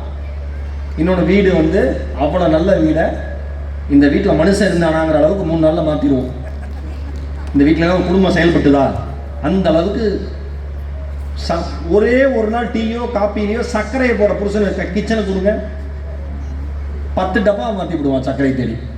ஆம்பளை எது சர்க்கரை எது சர்க்கரை நக்கி பாருண்டா, ஏண்டா எது சர்க்கரைன்னு தெரியாதா, போட்டு கொண்டு எடுத்து அந்த அம்மாவை. பல வீட்டில் சர்க்கரை அப்படின்னு எழுதி விட்டுருக்கோம். எத்தனை வீட்டில் எழுதி ஒட்டிருக்கீங்க பெண்கள்? மளிகை கடை ஜாமான் டப்பாக்கு மேலே கை தூக்குங்க, தப்பே கிடையாது. சில பேர் எதுக்கு எழுதி ஒட்டியிருக்காங்கன்னா அந்த வீட்டில் இருக்கவங்க தெரிஞ்சுக்கணும். மாற்றிக்கூடாத, எப்பயாவது ஏதாவது கேட்டோன்னா எடுத்து கொடு சரியா. அந்த அம்மா தெரியாமல் இல்லை. பல ஆம்பளைங்க என் பொண்டாட்டிக்கு துவரம் பருப்புது கடலப்பருப்புதுன்னே தெரியாதுங்க. மார்க்கெட்டு போய் வாங்கி பாருங்க. ஒரு அம்மா மார்க்கெட்டுக்கு புருஷனை அமைச்சிருக்கு, நாங்கள் எலுமிச்சம்பழம் வாங்கிக்கோங்க தனியாக 1 கிலோ வாங்கிக்கோங்க. அவன் எலுமிச்சம்பழம் 4 வாங்கிட்டு தனியாக போய் 1 கிலோ எலுமிச்சம்பழம் வாங்கியிருக்கான். வீட்டுக்கு வந்தால் 1 கிலோ எலுமிச்சம்பழம் ஒரு பையில், 4 எலுமிச்சம்பழம் இன்னொரு பையில். என்னன்னு கேட்க, நீ தான் ஒரு எலுமிச்சம்பழம் 4 வாங்கிட்டு தனியாக போய் ஒரு எலுமிச்சம்பழம் 1 கிலோ வாங்க. தனியானா அது தனியாடா, ஐயோ. மளிகை கடையில் போய் ஜாமான் லிஸ்ட் கொடுத்து வாங்கிட்டு சொல்லும். ஒரு பெரிய ஒரு ராமானுஜர் எல்லாம் ஞாபகம் வச்சுப்பார். எல்லாம் வாங்கி கருவேப்பிலை, கொத்தமல்லி, மிளகாய், தக்காளி, துவரம்பருப்பு, கடலைப்பருப்பு தானே, ஜீரகம் நான் பார்த்துக்கிறேன். அங்கே போயிட்டு அந்த பொண்ணை கொன்று எடுத்துருவோம். பொண்டாட்டிய என்ன கேட்ட, அந்த அம்மா கருவேப்பிலை, கொத்தமல்லி ஞாபகம் வந்துருச்சு. தக்காளி நாட்டு தக்காளியா பெங்களூர் தக்காளியா? பெரிய அறுசுவை அரசு நடராசு. நம்ம லட்சணம் இதுதான். நான் வரேன், ஆண்களை பற்றி பேசுதா ஒரு மாமாங்கமாக பேசலாம். நம்ம ஆளுங்க பண்ணுற சேட்டையை வீட்டுக்குள்ள அன்பா இருங்க. நம்ம கோச்சுக்கு மறுபடியும் வாத்தியாரோட பார்த்துட்டு மறுபடியும் டாபிக் வந்துடுறேன். போயிடுச்சு கோச்சுக்கு. நம்மளால ஒரு 3 நாளைக்கு மேலே தாங்க முடியல. ஃபோனை போட்டு, அத்தை இருக்காங்களா? இருக்காங்க, கொடுங்க, இந்தாடி உன் புருஷன். அத்தை அது குசுமாப்பாரு. கோபமாக இருக்கான். ஒய்ஃப் கோபமாக இருந்தால் தான் வரும். பிடிக்கலன்னா அவங்க ஊர்லேயே பல விஷயம் வச்சுருவாங்க. வீட்டுக்கு அடுத்த வாரம் எங்கள் அம்மா வராங்களாம், முடிஞ்சது. ஒரு ஊர்லேயே இழுத்து விட்டுச்சுன்னா வாழ்க்கையை இழுத்து விட்டுரும் நம்மளை. ஒரே ஒருத்தர் கை தட்டுறாங்கன்னா அடுத்த வாரம் அவங்க வீட்டுக்கு வராங்க போகுது.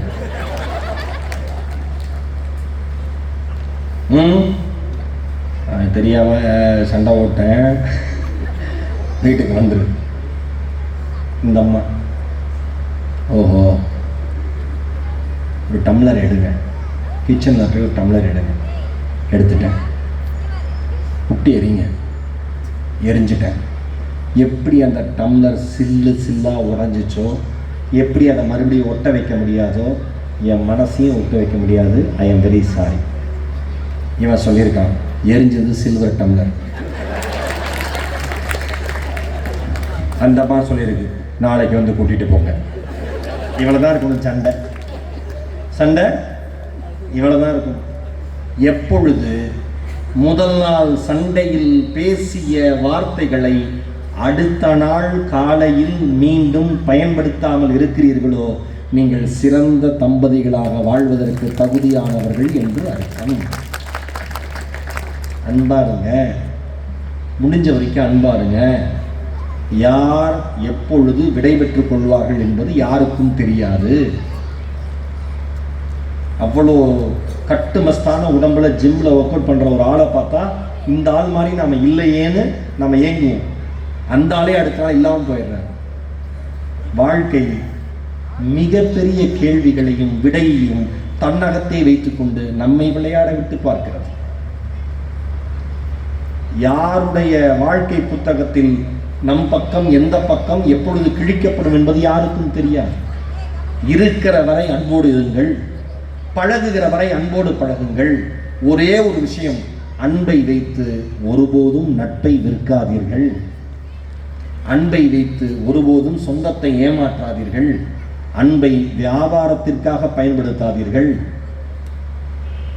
தயவு செஞ்சு பண்ணுங்க, தயவு செஞ்சு பண்ணுங்க. யார் மற்ற அடுத்தவங்க நல்லா இருக்கும்னு நினைங்க. வாழ விடுன்னு சாதாரணமா சொல்றோம்ல, அது உண்மை. எல்லாரும் நல்லா இருக்கிறப்ப நாமளும் நல்லா இருப்போங்கிறது உண்மை. ஏன், எல்லாரும் ஒரு பாசிட்டிவ் எனர்ஜியா இருக்கிறப்ப அந்த பாசிட்டிவ் எனர்ஜி நமக்கும் வரும், நாமளும் நல்லா இருப்போம். யாரும் யாரை பார்த்தும் வயிறேற வேண்டிய அவசியமே கிடையாது. சார் ஒன்றும் இல்லை சார், ஒரு சின்ன ஊர், அதில் கடை வீதி, அந்த கடை வீதியில் ஒருத்தர் சின்ன மளிகை கடை வச்சிருக்காரு. அந்த சின்ன மளிகை கடைக்கு ஏற்ற மாதிரி ஒரு பெரிய டிபார்ட்மெண்ட் ஸ்டோரை ஒருத்தர் ஆரம்பிச்சிட்டாரு. ஒரு கார்பரேட் கம்பெனி ஆரம்பிச்சிருச்சு. அந்த கம்பெனி ஆரம்பிச்சோன்னா அந்த டிபார்ட்மெண்ட் ஸ்டோருக்கு முன்னாடி, நம்ம ஊர் தொடர்பாகவே சொல்கிறேன், முன்னாள் சட்டமன்ற உறுப்பினர் என்ன சனையா சொன்னதுனால, ஆரம்பிச்சோன்னா முன்னாடி போடுறான் சுத்தமான பசுமை கிலோ 300 ரூபான்னு. இந்த கடைக்காரன், சின்ன மளிகை கடைக்காரன் பார்க்குறான், ஓஹோ வந்து ஒரு வாரம் ஆகல போட மாட்டேன். இவன் சுத்தமான பசு நெய், கலப்படம் இல்லாதது 280, அவன் 260, இவன் 240, அவன் 220, இவன் 200. 200 ரூபா போட்டோன்னா அந்த ஊரில் ஒரு பெரிய மனுஷன் வந்து அந்த சின்ன மளிகை கடைக்காரன்ட்ட, ஏன்டா வைத்திருச்ச பிடிச்சி அலையிற, டேய் உன் கடையோட வருஷத்தோட மொத்த டேர்ன் ஓவர் மாதிரி 5 மடங்கு அந்த டிபார்ட்மெண்ட் ஸ்டோருக்கு இன்டீரியர் மட்டும் பண்ணியிருக்கான்.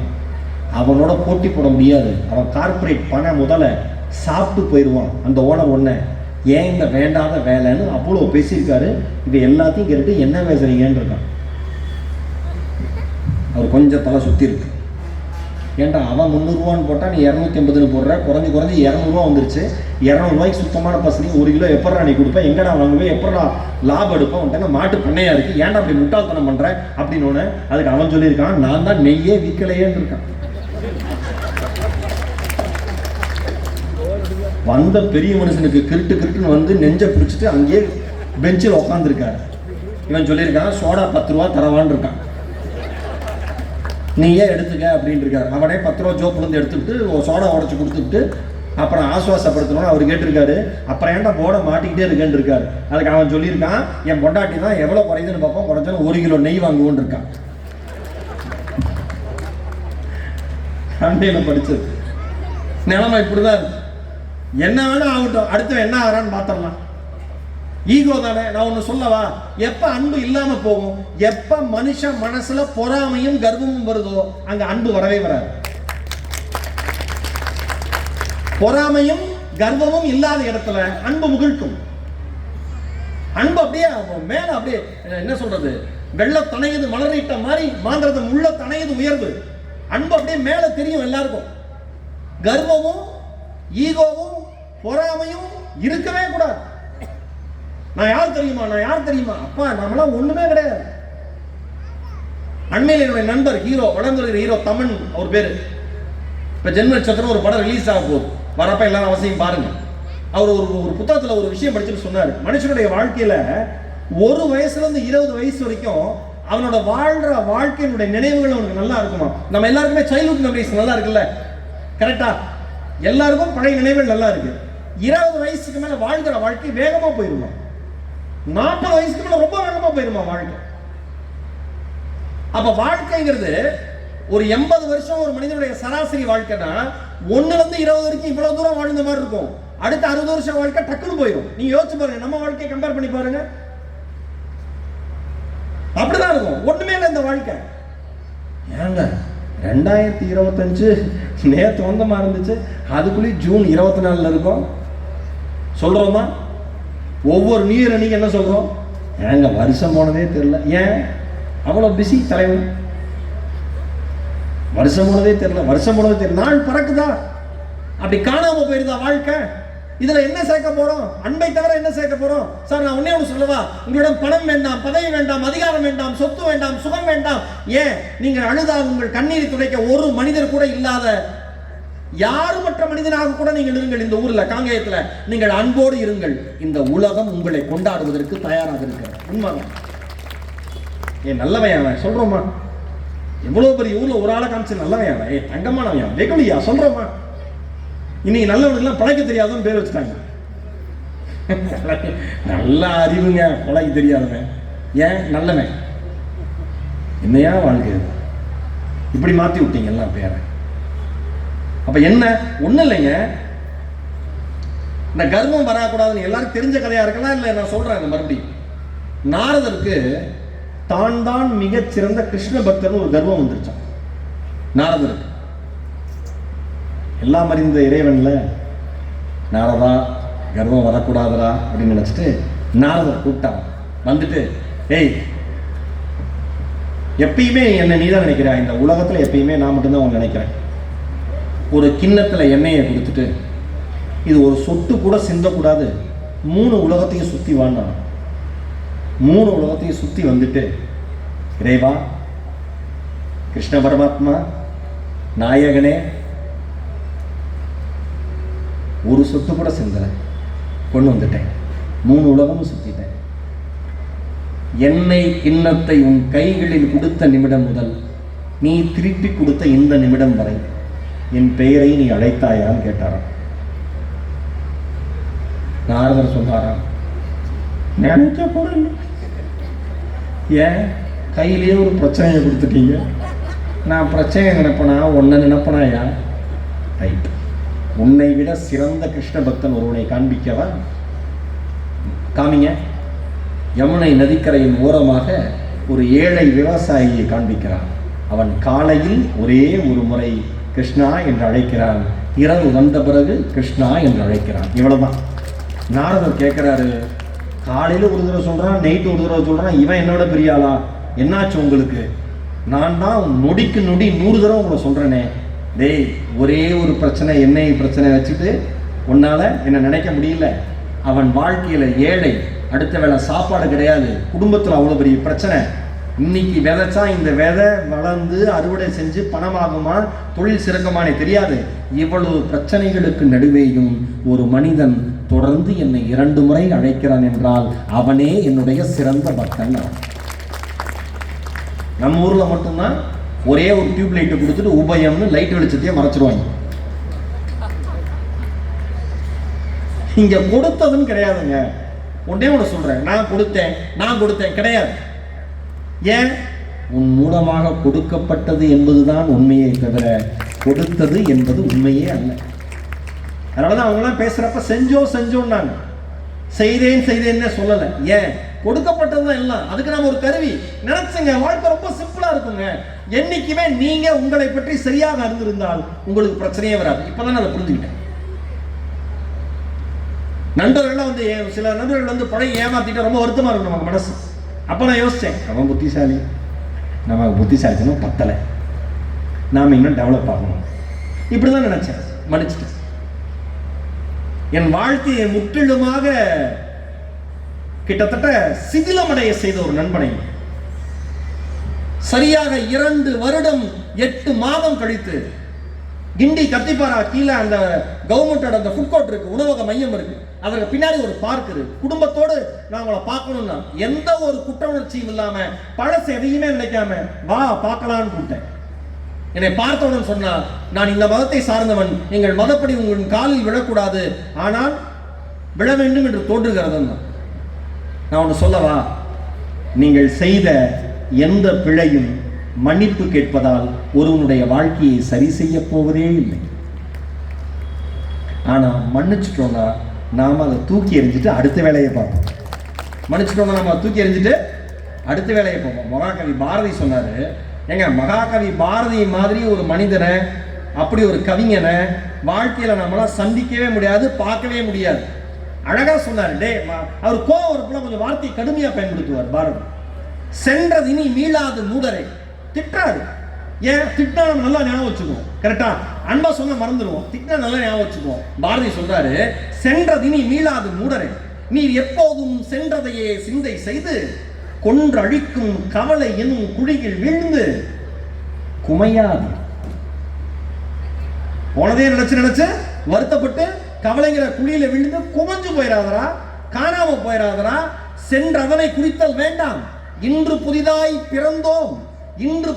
பிறந்தோம் என்று நீவீர் என்ன மதை தின்னு முறை இசைத்துக் கொண்டு தின்று விளையாடி இன்புற்று இருப்பீர் வாழ்வீர், தீமையெல்லாம் அழிந்து போம் திரும்பி வாரா என்பது மகாகவி பாரதியுடைய வைர வரிகள்.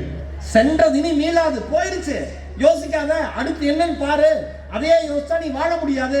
நான் அப்படிதான் அந்த நண்பனை பார்த்தேன். நண்பா, உன்னால எனக்கு என்ன செய்ய முடியுமோ அதை சிறப்பா செஞ்சுட்டேன், மிக சிறப்பா செஞ்சுட்டேன். வருத்தம் தான் என் வாழ்க்கையில், அது தோல்விதான். உன்னை சந்தித்தது தவறோ என்கிற எண்ணம் வருகிற வண்ணம் நீ வாழ்க்கையில் என்னுடைய வாழ்க்கையில் அவ்வளவு விஷயங்களை நிகழ்த்திட்ட. பரவாயில்லை, எங்கிருந்தாலும் வாழ்க. ஒரே ஒரு வேண்டுகோள்னு சொன்னேன். என்னன்னு கேட்டார். எனக்கு நிகழ்த்தியதை தயவு செய்து இனி பழகுகிற யாருக்கும் நீ நிகழ்த்திவிட வேண்டாம் என்று கையெடுத்து கொண்டுட்டு அந்த இடத்தை விட்டு வந்து. அவ்வளோதான் சார் அன்பு. உலகத்தில் எதுவுமே இல்லை சார். மன்னிக்க கற்றுக்கிட்டீங்கன்னா அன்பு இருக்கும் சார். கர்வம் போயிடுச்சுன்னா அன்பு இருக்கும் சார். பொறாமை இல்லைன்னா அன்பு இருக்கும் சார். ஈகோ இல்லைன்னா அன்பு இருக்கும் சார். இங்க இருக்கிற எல்லா ஆண்களும் சொல்றேன், ஆண்கள் மட்டும் ஒரு முறை பலத்த கைத்தல் கொடுங்க. ஆண்கள் மட்டும் கைத்தல் கொடுங்க, நல்ல சத்தமா, நல்ல சத்தமா. இது யாருக்கு தெரியுமா? உங்க வீட்டு பெண்களுக்கு.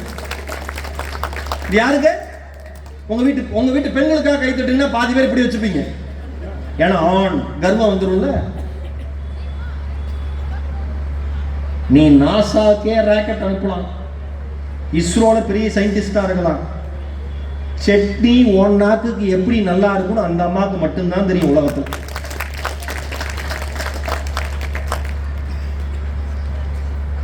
கொண்டாட்டிட்டு சண்டையை போட்டு கோச்சுக்கிட்டு லுங்கி கூட மடிச்சு வைக்க மாட்டான் தலைவன். கிணறு மாதிரி கிடக்கும். அவுத்து விட்டானா அப்படியே கிடக்கும் ரவுண்டா. அப்படியே எட்டி குச்சி பேண்டை மாட்டிட்டு போயிடுவார் கலெக்டர். எனக்கெல்லாம் வேண்டாம், நான் வெளில சாப்பிட்டுக்கிறேன். கோவிட்ல சண்டை போட்டு போயேன், போலீஸ் பின்னாலே வெளுத்தாங்க.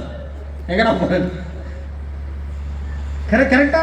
நான் ஒன்று சொல்லவா, நீங்கள் அன்பை வியாபாரத்தில் பணத்திற்காக யாரிடமோ காண்பிக்கிறீர்கள். நாம் அன்பை வியாபாரத்திற்காக, பணத்திற்காக, புகழுக்காக யாரிடமோ காண்பிக்கிறோம். நமக்காகவே வாழ்கிற, நம்முடனே வாழ்கிற, நாம் செய்கிற அனைத்து தவறுகளையும் பொறுத்துக் கொள்கிற மனைவி, சகோதரி, தாய், தோழி என்கிற அந்த பெண்ணிடம் காண்பிப்பதில் என்ன ஈகோ என்பது என்னுடைய ஒரே ஒரு கேள்வி. ஆண்கள் எல்லாம் அப்படி விட்டு கம்பீரமா உத்தரவமா தூக்கி தட்டை. எங்க அப்பா சொன்னார், கல்யாணம் புதுசுல தட்டை விட்டு எரிஞ்சிருக்கா. அப்படியாப்பா? நீ அப்பா? ஆமாண்டா, விட்டு எரிஞ்சிருக்க. அப்படி கோவம். அப்புறம் என்னப்பா சொல்ற? பாத்தீங்களா, இப்ப தட்டை எழுதிட்டு அம்மாட்ட நிக்கிறேன். ஒரு ஆண் தெம்பாக இருக்கிறப்ப என்ன வேணா பண்ணலான்னு தோணும். ஆனால் அந்த ஆணினுடைய உடல் தளர்ந்து போகிற பொழுது மனைவி என்கிற தெய்வம் மட்டும்தான் அவனுக்கு உறுதுணையாக இருப்பாள் என்பதை புரிஞ்சுக்கிட்டாலே நம்ம அன்பா இருக்கும். அதுதான் புரியாது நம்ம ஆளுங்களுக்கு. 4 ஆம்பளை சேர்ந்தா அவன் பொண்டாட்டி பற்றி மட்டும் தான் குறை சொல்லுவான். இந்த மச்சான் உன் லைஃப் எப்படி போயிட்டுருக்கேன், பிசாஸ் உனக்கு பேய், உனக்கு 2 மிக்ஸ் ஆகிருக்கு மச்சான். அந்த அம்மாட்ட கேளுங்க, கஷ்டப்பட்டு உழைக்கிறாருங்க, பாவங்க அவனு. அந்த ஆள் குடிச்சா கூட சொல்லும், என்னையாவது குடி, உடம்பு அசதியில் குடிச்சிட்டு போட்டு ஃப்ரெண்ட்ஸோட என்றைக்கோ ஒரு நாள் தானே. அப்படி சப்போர்ட் பண்ணிகிட்டே இருக்கும். நீங்கள் இந்த பிக் பாஸ் வீடு மாதிரி நம்ம வீட்டில் எல்லா நேரமும் ஒரு கேமரா வச்சு பெண்கள் பேசுகிறத கேட்டால் ஆண்களுக்கு தெரியும். அந்த அம்மா எவ்வளோ வருத்தப்பட்டு அடுத்தவங்கள்ட்ட பேசுது, சில சமயம் எப்படி விட்டு தராமல் பேசுது. அன்பா இருந்துருங்க சார். இங்கே இருக்கிற பெற்றோர்கள், குழந்தைகள் கூட்டிகிட்டு வந்த பெற்றோர்கள் அத்தனை பேருக்கு சொல்கிறேன், அம்மா கவனி, இந்த தூங்குற ஒருத்தன், அம்மா தங்கச்சி டாட்டா சொல்கிறிய, உனக்கு தாம்மா குழந்தைங்களாம் வச்சுருக்கேன், அதுக்காக அவன் நீ டாட்டா சொல்லிங்கன்னா அவன் கிளம்பிடுவாங்கம்மா, கவலைப்படாது.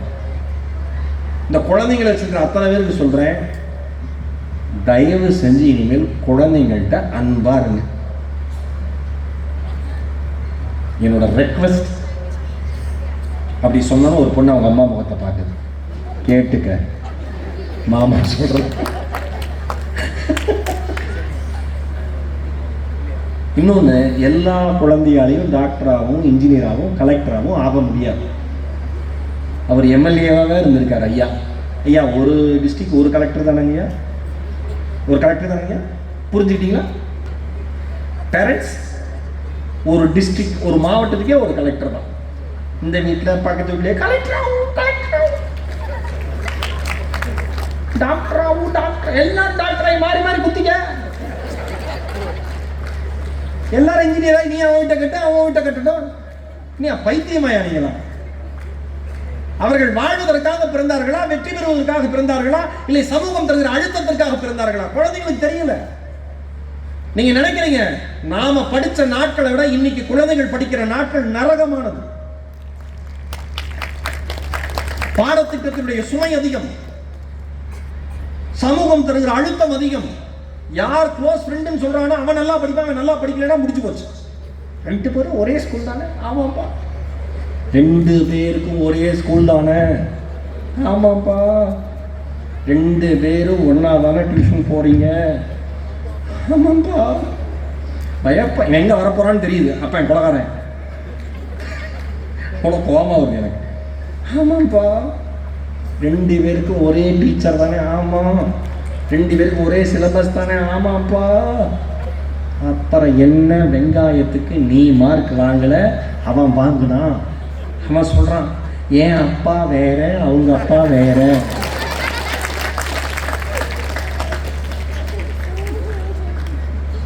சார் வரப்ப நக்கீரன்ல நான் போன்ல பார்த்துட்டு ஒரு நியூஸ் படிச்சுட்டு வரேன். மகாராஷ்டிரா மாநிலத்தில் நெல்கரஞ்சிங்கிற கிராமத்தில் தோண்டிராம்னு ஒருத்தர் தலைமை ஆசிரியர், ஒரு பள்ளியினுடைய தலைமை ஆசிரியர் அவர். அந்த பையன், அவங்க பொண்ணு சாதனா அப்படிங்கிற பொண்ணு, அந்த குழந்தை 12th எழுதியிருக்கு. நீட்ல மார்க் கம்மியாயிடுச்சு. ஏன் கம்மியாயிடுச்சுன்னு கேட்டு அந்த குழந்தைங்க அன்னைக்கு நாள் முழுக்க இரவு முழுக்க அடின்னு அடிச்சு தூங்க வச்சிருக்காரு. அடுத்த நாள் காலை கணவன் மனைவி எந்திரிச்சு போய் பார்க்கறாங்க, குழந்தை இறந்து போயிடுது. நீட்ல மார்க் கம்மியானதுக்காக பெற்றெடுத்த மகளை ஒரு பள்ளியினுடைய தலைமை ஆசிரியர், வேற யாராவது இருந்தாலும் பரவாயில்ல, சொல்லி கொடுக்குறாளே, அடின்னு அடிச்சு குழந்தைய சாக அடிச்சிருக்காங்க. அவங்க அம்மா போய் புருஷன் இப்படி பண்றாங்க, கம்ப்ளைண்ட் கொடுத்துருக்கு. இப்ப கேஸ் ஆயிருக்கு. நான் என்ன சொல்றேன், உங்கள் குழந்தைகளின் மகிழ்ச்சியை விட, உங்கள் குழந்தைகளின் உயிரை விட, உங்கள் குழந்தைகளின் விருப்பத்தை விட அவர்கள் வாங்குகிற இந்த பட்டம் சிறந்தது என்று நினைத்தால் ஐ ஆம் வெரி சாரி, நீங்கள் முட்டாளான ஒரு பெற்றோர்கள் என்றார்கள். உங்கள் குழந்தைகள் ஒன்றும் பந்தய குதிரைகள் அல்ல, அவர்கள் உயிர் உள்ள மனிதர்கள். அவர்களுக்கு என்று தனிப்பட்ட ஆசைகள், கனவுகள் எல்லாம் இருக்கிறது. கடிதமேதை ராமானுஜம் ஈரோடு, நம்ம மண்டலம், கொங்கு மண்டலம், நான் பிறந்த ஊரு. மேக்ஸ்ல மட்டும்தான் அவர் டாப்பர். கரெக்ட் தானே சார்? கணித மேதை, அதனாலதான் இயற்பியல் மேதை, இப்படிதான் சொல்லுவாங்க சார். கணித மேதை, இயற்பியல் மேதை, வேதியியல் மேதை, உயிரியல் மேதை, இப்படி ஒருத்தன் உலகத்துல கிடையாது. பெற்றோர்களை கேக்குதா? எல்லாத்திலையும் 100 வாங்கு, எல்லாத்திலையும் 200 வாங்கு. ஏன்னா இவர் ஸ்கூல் ஃபர்ஸ்ட் வந்தார் சார், எம்எல்ஏ சார். அம்மா ஸ்கூல் ஃபர்ஸ்ட், அப்பா வந்து டிஸ்ட்ரிக்ட் ஃபர்ஸ்ட். இவர் ஐஏஎஸ் எழுதி செலக்ட் ஆனாரு, இவங்க ஐஎஃப்எஸ் எழுதி செலக்ட் ஆனாங்க. 2 சேர்ந்து டாக்டர் ஆக்குது. நமக்கு பிறந்ததெல்லாம் படிக்குதேன்னு சந்தோஷப்படணும். நாம படிச்ச லட்சணத்துக்கு. இதுக்கு பேர் தான் மெடிக்கல் மிராக்கல். இப்படி ஒரு மூளை இருக்கிற புருஷனுக்கும் இப்படி இருக்கிற மூளை இருக்கிற பொண்டாட்டிக்கும் பிறந்தது மூளையோடு இருக்கு. அதுக்கு குலதெய்வத்தை வேண்டிட்டு பர்ஸ மூடிட்டு இருக்கணும். கோபமா வருது. நான் படிங்க ஜெயிங்கன்னு சொல்லுவேன். அது படிப்பே முக்கியம் இல்லைன்னு போயிடக்கூடாதுன்னு. ஆனா படிப்பு மட்டும் தான் முக்கியம். நீ படிக்கலன்னா வேஸ்டா போயிடுவேன். அப்படி கிடையாது சார். ஒண்ணு சொல்லவா? ஒவ்வொரு நிலத்திற்கும் ஒரு குணம் உண்டு. கரெக்டாங்கய்யா? ஒவ்வொரு நிலத்திற்கும் ஒரு குணம் உண்டு. அந்த நிலத்தினுடைய குணத்திற்கு தகுந்த மாதிரி தான் பயிர்கள் முளைக்கும். ஒவ்வொரு உயிருக்கும் ஒரு தனி குணம் உண்டு, தனி ஆற்றல் உண்டு. அந்த உயிர் எந்த ஆற்றலை சுமந்து வளர்கிறதோ அந்த ஆற்றலில் அந்த உயிர், அந்த மனிதன் மிகச்சிறந்த மனிதனாக வளர்வான் என்று பெற்றோர்களாகிய நீங்கள் நம்புங்கள். ஒரு டைம் கொடுங்க. எவ்வளவு டைம் கொடுக்கிறது? எவ்வளவு டைம் கொடுக்குறது? நாம வாழ்றதுக்கு வாழ்க்கை எவ்வளவு டைம் கொடுத்துருக்குல்ல? என்ன சாதிச்சோம் பெருசா? நான் குற்றவாளிக்குள்ள நிறுத்தி கேட்பேன் பேரண்ட்ஸை, சார் நான் 50 வருஷம் வாழ்ந்திருக்கேன், தலைவா சொல்லு என்ன அச்சீவ் பண்ண? என் 2 அச்சீவ்மெண்ட், ஒரு பையன் ஒரு பொண்ணு, வேற அச்சீவ்மெண்ட்டே இல்லை. அப்ப அமைதியா கரெக்டா உடனே கிளம்பிடுறது. எவ்வளவு கஷ்டப்பட்டு சம்பாதிக்கணும் தெரியுமா? குழந்தைங்க சொல்லுது, நீ சம்பாதிக்கவே வேண்டாம், நான் ஸ்காலர்ஷிப்லேயே படிச்சுக்கிறேன். பேச்ச குறைங்க. சொல்லுகிற விதம். சார் நான் ஒன்று சொல்றேன், அன்போடு நீங்கள் ஒரு விஷயத்தை, நான் என் பொண்ணுகிட்டே பார்த்துருக்கேன், கோபமா பேசுறப்ப நான் வருத்தப்படுவேன். அதே அன்பா சொல்றப்ப கோபமா நான் 10 முறை சொல்வதை கேட்கிற என் பொண்ணு அன்போடு ஒரே ஒரு முறை சொல்லுகிற பொழுது உடனடியா கேட்டு அதை செயல்படுத்துவாங்க. அவ்வளவுதான் வாழ்க்கை, அவ்வளவுதான். அன்போடு இருந்துட்டு போங்க. சார் நம்ம ஈரோட்ல நம்ம மில்கி மிஸ்ட் சதீஷன் இருக்கார்ல, ஈரோட்டினுடைய அடையாளம் மில்கி மிஸ்ட். எவ்வளவு பெரிய ஹிஸ்டரி கிரியேட் பண்ணிட்டார். மேஜிக் இல்லை அந்த மனிதனுடைய உழைப்பெல்லாம். அவரு ஒரு ஆப்பிரிக்கன் கிரே பேரட் வளர்த்தார். ஆப்பிரிக்க இனத்தை சேர்ந்த சாம்பல் நிற கிளி ஒன்று வளர்த்தார். நெல்சன் அதுக்கு பேர். அவர் வீட்டில் பெயிண்டிங் ஒர்க் நடக்கிறப்ப அந்த கூண்டை எவனோ ஒருத்தர் திறந்து விட்டான். நம்மால் தான் அந்த மாதிரி பண்ணுவான், தெரியாம நடந்துச்சு, பறந்து போச்சு. 2 நாளா கிளியை காணும். 2 நாளா அந்த மனுஷன் சாப்பிடவே இல்லை. அரண்டு உருண்டு போயிட்டாப்ல, தூக்கல்ல. 50,000 துண்டு பிரசுரம். கிளி எங்க இருக்குன்னு சொல்லுங்க, அதை பத்தின தகவல் தந்தா உங்களுக்கு தக்க பரிசோட சன்மானம் கிடைக்கும், நீங்க சொல்லுங்கன்னு 50,000 துண்டு பிரசுரம். அது என்ன ஆச்சுன்னா, மாரியம்மன் கோயில் மரத்துக்கு மேல நீங்க சொன்ன அடையாளத்தோட ஒரு கிளி உட்காந்துருக்குன்னு ஒரு பையன் கால் பண்ணி சொல்லியிருக்கான். உடனே அந்த மனுஷன் கார் எடுத்துட்டு பறந்து போய் அந்த கிளி உட்காந்துருக்கிற பார்த்துட்டு மரத்துக்கு கீழே நின்று நெல்சன் அப்படின்னு ஒரே ஒரு வார்த்தை தான் சதீஷன் சொல்லியிருக்காரு. Milky Mist Satheeshan Nelson. மேலே இருந்த நெல்சன் அந்த குரலுக்காக அந்த பறவை கீழே பறந்து வந்து தோள் மீது அன்போடு அமர்ந்த காணொளியை நான் பார்த்த பொழுது வியந்து போனேன். ஒரு பறவை டீக்கடையில் ஒரு 2 நாள் பிஸ்கட்டை போட்டீங்கன்னா அந்த நாய் அடுத்த நாள் டீ குடிக்க போறப்ப காலை சுத்தி வருங்க. எத்தனையோ பேருக்கு எவ்வளவு உதவி பண்ணியிருக்கோம். அந்த வராது, புரிஞ்சிருக்கும்னு நினைக்கிறேன். கோடிட்டு இடத்தை நீங்களே நிறுப்பீங்க. 2 பிஸ்கட் போட்டிருப்பீங்க, அந்த வந்துடும். அன்பு தானே, ஓடி வந்து உட்காந்துருச்சு. கர்நாடகால காலேஜ் ப்ரொஃபசர்ஸ் 2 பேர், கணவன் மனைவி தம்பதிகள், குழந்தை இல்லை, 15 வருஷம் ஆச்சு. இங்க இந்த புத்தகத்தில் உள்ள இன்னொரு விஷயத்த சொல்றேன். கல்யாண தம்பதிகளை பார்த்து, கல்யாணம் ஆயிடுச்சு, ஒரு 3 வருஷம் ஆயிடுச்சு, நீங்களாவது ஒரு ஃபங்க்ஷன்ல அவங்க 2 பேரையும் பார்க்குறீங்க. ஏங்க இன்னும் குழந்தை இல்லை கேட்காதீங்க. அப்படி கேட்டீங்கன்னா கல் எடுத்து வாயில நீங்களே குத்திங்க. ஆத்திரமா வருது. அவர்கள் வாழ்க்கையில் என்ன நடக்கிறது என்று தெரியாமல் எந்த கேள்வியும் யார் மீதும் முன்வைக்காதீர்கள் என்பது என்னுடைய அன்பான வேண்டும். ஏன் குண்டாயிட்ட, ஏன் ஒளியாயிட்ட, ஏன் கருத்துட்ட, ஏன் முடி கொட்டிருச்சு, ஏன் வெளுத்துட்ட, ஏன் கை இப்படி இருக்கு, ஏன் கால் அப்படி இருக்கு, உட்கார வச்சு சோறு போடுறான் ஒரு வருஷம். கேள்வி கேட்கறீங்களா? போ கூட்டு போ. ஏன் இப்படி இருக்க? எனக்கு கடன் பிரச்சனை, 10 லட்சம் கொடுப்பியா? தெரிச்சு ஓடிடுவீல? அப்ப பர்ஸ மூடிட்டு போ. இந்த அன்பெனும் பெருநதியில டேக்அவே மெசேஜ், பர்ஸ மூடிட்டு போதான். ஏன் குழந்தை இல்லை? கல்யாணம் எவ்வளவு வருஷம் ஆச்சு? ஒரு குழந்தை பிறந்துருச்சுன்னா ஒரு குழந்தையோட ஏன் நிப்பாட்டிட்ட? ரெண்டாவது குழந்தை பிறந்தா நீயா படிக்க வைப்ப? வாழைப்பழம். கோபமா வருது. எப்படி ஒரு சென்ஸ்லெஸ் கொஸ்டின் இதெல்லாம்? அறிவே இல்லாத கேள்விகள் இதெல்லாம். திருமணமாகி குழந்தை இல்லாத கணவன் மனைவி பார்க்கிற பொழுது நல்லா இருக்கீங்களான்னு மட்டும் கேளுங்க, வீட்டுக்கு வாங்கன்னு சொல்லுங்க. அதை தாண்டி குழந்தைகளை பற்றி நீங்கள் ஒரு வார்த்தை பேசிட்டு போயிருவீங்க, ஒரு நாள் முழுவதும் நரக வேதனையில் அந்த தம்பதிகள் வாழ்ந்துட்டு இருப்பாங்க, அந்த 2 பேரும் வாழ்ந்துட்டு இருப்பாங்க. அந்த பாவத்தை நீங்க சுமக்காதீங்க, தயவுசெய்து சுமக்காதீங்க. கர்நாடக மாநிலத்தில் குழந்தை இல்லாத 2 கணவன் மனைவி, அந்த ப்ரொஃபசர்ஸ், அவங்க காலேஜ் ப்ரொஃபசர்ஸ், ராய்ச்சூர் மாவட்டம் மஸ்கி நகரம், 15 வருஷம் ஆச்சு கல்யாணம் ஆகி, குழந்தை இல்லை. யோசிச்சாங்க, பரவாயில்ல விடுறா, ஒரு வீடை நாமளே இது பண்ணுவோம், ஆதரவற்ற குழந்தைகளுக்கு, மாற்றுத்திறனாளிகளுக்கு வாழ்க்கை கொடுப்போம்னு 20 பேருக்கு மேல குழந்தைகளை இவங்க தேடி வரல, குழந்தைகளை தேடி தேடி இவங்க கூட்டிட்டு வந்து, நான் இருக்கேன் உங்க 20 பேருக்கும் அம்மா அப்பாவான்னு ஒரு தம்பதிகள் கர்நாடக மாநிலத்தில் வாழ்ந்துட்டு இருக்காங்க. இது அன்பு. கேள்வி கேட்பவன் இந்த உலகத்துல பெரிய ஆளே கிடையாது. சரியான கேள்விக்கு சரியான விடையை சொல்பவன் தான் உலகத்திலேயே தலை சிறந்த மனிதன் என்பதை நம்புங்க. அவங்க பதில் சொல்லிட்டாங்க, நம்பிக்கையோட இருங்க. அன்பு என்னைக்குமே யாரையுமே எப்பொழுதுமே ஏமாற்றாது. எங்க என் முன்னாடி சொல்லுவாங்க, நீங்க கொஞ்சம் சில இடத்துல அன்பு இல்லாம இருக்கலாம். நான் சொல்லுவேன், அம்மா நான் ஏமாந்தது மாதிரி இருக்கும், ஆனால் எப்பொழுது நான் ஏமாந்த மாதிரி அடுத்தவங்களுக்கு சொன்னாலும் வாழ்க்கை என்னை கைவிட்டதாய் வரலாறே இல்லை. இதுதான் வாழ்க்கையில் நான் கத்துக்கிட்ட பாடம், உண்மை அதுதான். அன்போடு இருங்க. எனக்கு அழகிய பெரியவனோட ஒரு கவிதை, W வார்டின் 6ஆம் எண் படுக்கையில், நல்லா கேட்டுக்கோங்க, W வார்டின் 6ஆம் எண் படுக்கையில் குழாய்கள் சொருகப்பட்டு கிடக்கும் அப்பா தட்டு தடுமாறி என்னிடம் சொல்கிறார், உங்க அம்மா மாத்திரைய ஒழுங்கா போட்டுக்கிட்டாளான்னு கேள்வி. உங்க அம்மா மாத்திரையெல்லாம் ஒழுங்கா போட்டுக்கிட்டாளான்னு கேள்வி. அழகிய பெரியவன் எழுதுகிறார், சுத்திகரிக்கப்பட்டு பழுத்து கனிந்த காதலின் வாடை வார்டு முழுவதும் அடிக்கிறது என்று அந்த கவிதையை நிறைவடைகிறது. என்னங்க, அன்பு தாங்க எல்லாமே.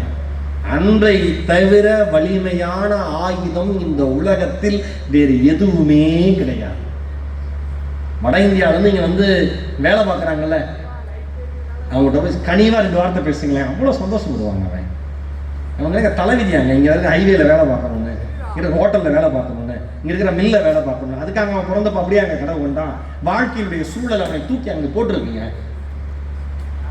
பார்க்குற இடத்துல யார் சார் ஒன்னே ஒன்று சொல்கிறேன், யாரென்றே உங்களுக்கு தெரியாத மனிதரிடம் நீங்கள் காண்பிக்கிற தூய்மையான அன்பு மாதிரி இந்த உலகத்தில் விலை உயர்ந்த விஷயம் எதுவுமே கிடையாது. கரெக்டா? யாருன்னு தெரிஞ்சு காமிக்கிற அன்பு, பலனை எதிர்பார்த்து பழகிற அன்பு, யாருனே தெரியாத மனுஷன்ட்ட காமிக்கிற அன்பு உண்மையான பரிசுத்தமான அன்பு. இந்த வாழ்க்கை இயேசுவை சிலுவையில் அடித்த மாதிரி உங்களை சுற்றி இருப்பவர்கள் துரோகம் எனும் ஆணியை கொண்டு உங்களையும் அடிப்பார்கள். ஆனால் வாழ்க்கையில் அன்பின் மீது நீங்கள் காதல் கொண்ட மனிதர்களாக இருந்தால், இயேசு கூட 3 நாட்கள் கழித்துதான் உயிர்த்தெழுந்தார். நீங்கள் அடித்த கணத்திலேயே உயிர்த்தெழ வைக்கும் இந்த வாழ்க்கை அதை முழுமையாக நம்பும். இருந்துட்டு போங்க. நான் சொல்றேன், எத்தனையோ எவ்வளவோ யோசனையில இதை பேசலாம் அதை பேசலாம்லாம் வந்தேன். ஆனா இன்னைக்கு இந்த மேடைக்கு வந்து இந்த கூட்டத்தை பார்த்து, மணி நான் ஆரம்பிச்சது கரெக்டா 8:34, 33, 34, மணி இப்போ 9:48, 1 மணி நேரம் 10-15 நிமிஷம் கிட்டத்தட்ட ஆக போகுது. எனக்கு வந்து பேச ஆசையா இருக்கு. ஏன்னா கவிதைக்கு நீங்கள் கை தட்டுகிறீர்கள், நகைச்சுவைக்கு சிரிக்கிறீர்கள், நெகிழ்ச்சியான இடங்களில் அமைதி காக்கிறீர்கள், கண்ணீர் சிந்துகிற சிந்தன மாதிரி ஒரு விஷயத்தை சொன்னோம்னா உங்கள் கண்களில் இருந்து கண்ணீர் துளி எட்டி பார்க்கிறது அன்பின் வெளிப்பாடாக. இதைவிட சிறந்த ரசிகர்கள் எனக்கு வேற எங்கும் கிடைக்க மாட்டார்கள். அதனால நான் பேசுறதுக்கு ஆசையா இருக்கு. இது ஒரு வகை அன்புதான், இதுவும் ஒரு வகை அன்புதான் சார். எதுவுமே இல்லாதப்ப ஒரு மனுஷனுக்கு ஆதரவா இருக்கு சார். ஒரு விஷயத்தை சொல்லி நான் பேச்ச நிறைவு செய்யறேன் சார். மூதுரையில சொன்ன பாடல் சார் இது. அற்ற குளத்தில் அருநீர் பறவை போல் உற்றுழி தீர்வார் உறவு அல்ல. அற்ற குளத்தில் அருநீர் பறவை போல் உற்றுழி தீர்வார் உறவு அல்ல அக்குலத்தில் கொட்டியும் ஆம்பலும் நெய்தலும் போலவே ஒட்டி உருவார் உறவு. தமிழ் தான், பயந்துராதீங்க.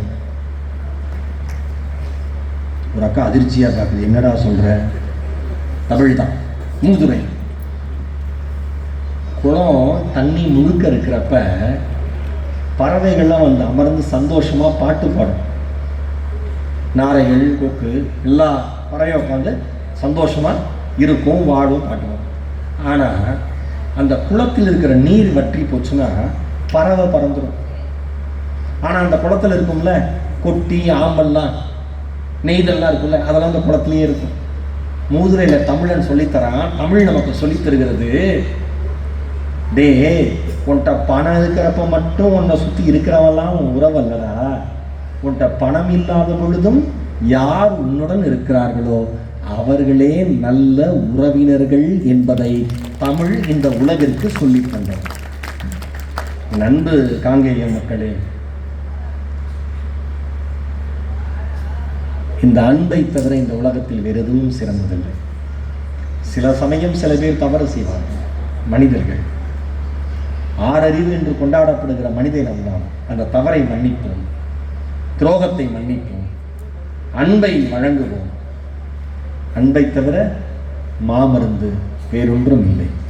ஒரு நதி, ஒரு பெருநதி எப்படி தனக்கான கரைகளை தானே அமைத்துக் கொள்கிறதோ, இதுதான் கரை, இதற்குள் ஓடு என்று எந்த நதியையும் யாரும் கட்டாயப்படுத்த முடியாது. எப்படி ஒரு நதி தனக்கான கரைகளை தானே அமைத்துக் கொள்கிறதோ, அன்பு அதற்கான மனிதர்களை தானே இழுத்து வைத்துக் கொள்ளும். நீங்கள் அன்பெனும் பெருநதியோடு மகிழ்ச்சியாக வாழ வேண்டும் என்பது இந்த ஈரோட்டு அன்பு தம்பியினுடைய ஆசை. பேச்சை கேட்பதும், பேச்சை ரசிப்பதும், பேச்சை கொண்டாடுவதும், பேச்சிற்கான ஊதியம் கிடைப்பதும் ஒரு பேச்சாளனுடைய வெற்றியே அல்ல. பேசிய வார்த்தைகள் மக்கள் மனதில் சென்று சேர்ந்து இத்தனை ஆயிரம் மக்களில் ஒரு மனிதன் தன் மனதை அன்பின் வழி மாற்றிக்கொண்டால் அதுவே என் பேச்சுக்கு கிடைத்த மாபெரும் கௌரவம் என்று சொல்லி இந்த நீண்ட பேச்சை இவ்வளவு அழகாக ரசித்து கேட்ட என் அன்பு காங்கேய மக்களுக்கு என் இன்பத் தமிழால் நன்றி என்கிற அந்த உயர்வான வார்த்தையை தவிர சொல்வதற்கு வேறு ஒன்றும் இல்லை என்று சொல்லி இந்த பேச்சை சக்கர நாற்காலியில் அமர்ந்தபடி சிரித்தபடி பிறந்த குழந்தை தொட்டில் இருப்பதை பார்க்கிற பொழுது ஒரு தந்தை எப்படி மகிழ்வாரோ, என் மகள் அமிழ்தா இந்த உலகத்திற்கு வந்த பொழுது கண்களை மூடி பிறந்த அவள் மருத்துவர், இதோ உங்கள் தேவதை என்று என்னை நோக்கி என் மகளை தூக்குகிற பொழுது கண்களை திறந்தால் அவள் கண்களை திறந்தவுடன் பார்த்த முதல் உருவம் நான் தான். அது அவளுக்கு தெரியாது, எனக்கு தெரியும். என் குழந்தை அமிழ்தான் கண்களை திறந்தவுடன் என்னை பார்த்த பொழுது இந்த உலகத்திலேயே மகிழ்ச்சியான மனிதனாக நான் எப்படி மாறினேனோ, இந்த குழந்தை எதிரில் அமர்ந்து என் பேச்சை கேட்கிற பொழுது என் மகள் பார்ப்பது போல, என் மகள் ரசிப்பது போல, என் மகள் சிரிப்பது போல அந்த குழந்தையும் நான் கொண்டாடுவதற்கு கடமைப்பட்டிருக்கிறேன். அந்த பெற்றோர்களின் பாதங்களை தொட்டு வணங்குவதற்கும் நான் கடமைப்பட்டிருக்கிறேன். வாழ்வது ஒரு முறை, வாழ்க்கட்டும் இனி வருகிற தலைமுறை. நம் பிறப்பு தரித்திரமானாலும் இறப்பு சரித்திரமாக மாறட்டும். நாளைய வரலாறு நம் பெயர் எழுதட்டும். அன்பை விதைப்போம், அன்பை அறுவடை செய்வோம், பொறாமை இல்லாமல் வாழ்வோம். முடிந்தவரை குடும்ப உறுப்பினர்களிடம் அதிகபட்ச அன்பை செலுத்துவோம். குழந்தைகளிடம் நாம் காண்பிக்கிற வன்முறையை, அன்பின் பேரில் நீங்கள் காண்பிக்கிற வன்முறையை கைவிடுவோம். நாம் காண்பிக்கிற வன்முறையை கைவிடுவோம். வீட்டில் இருக்கிற பெரியவர்களை முதலில் மனிதர்களாக மதிக்க கற்றுக்கொள்வோம். என் இதயம் நிறைந்த நன்றியும் அன்பும். மீண்டும் காங்கேயம் ரோட்டரி சங்கமும் புத்தக திருவிழா உறுப்பினர்களும் காங்கேயம் அன்பு மக்களும் எப்பொழுது அழைத்தாலும் இன்பத் தமிழோடு ஓடோடி வருவதற்கு உங்கள் பக்கத்து ஊர்க்காரன் தயாராக இருக்கிறேன் என்பதை சொல்லிவிட்டு வாய்ப்பிற்கு நன்றி பாராட்டி விடைபெறுகிறேன்.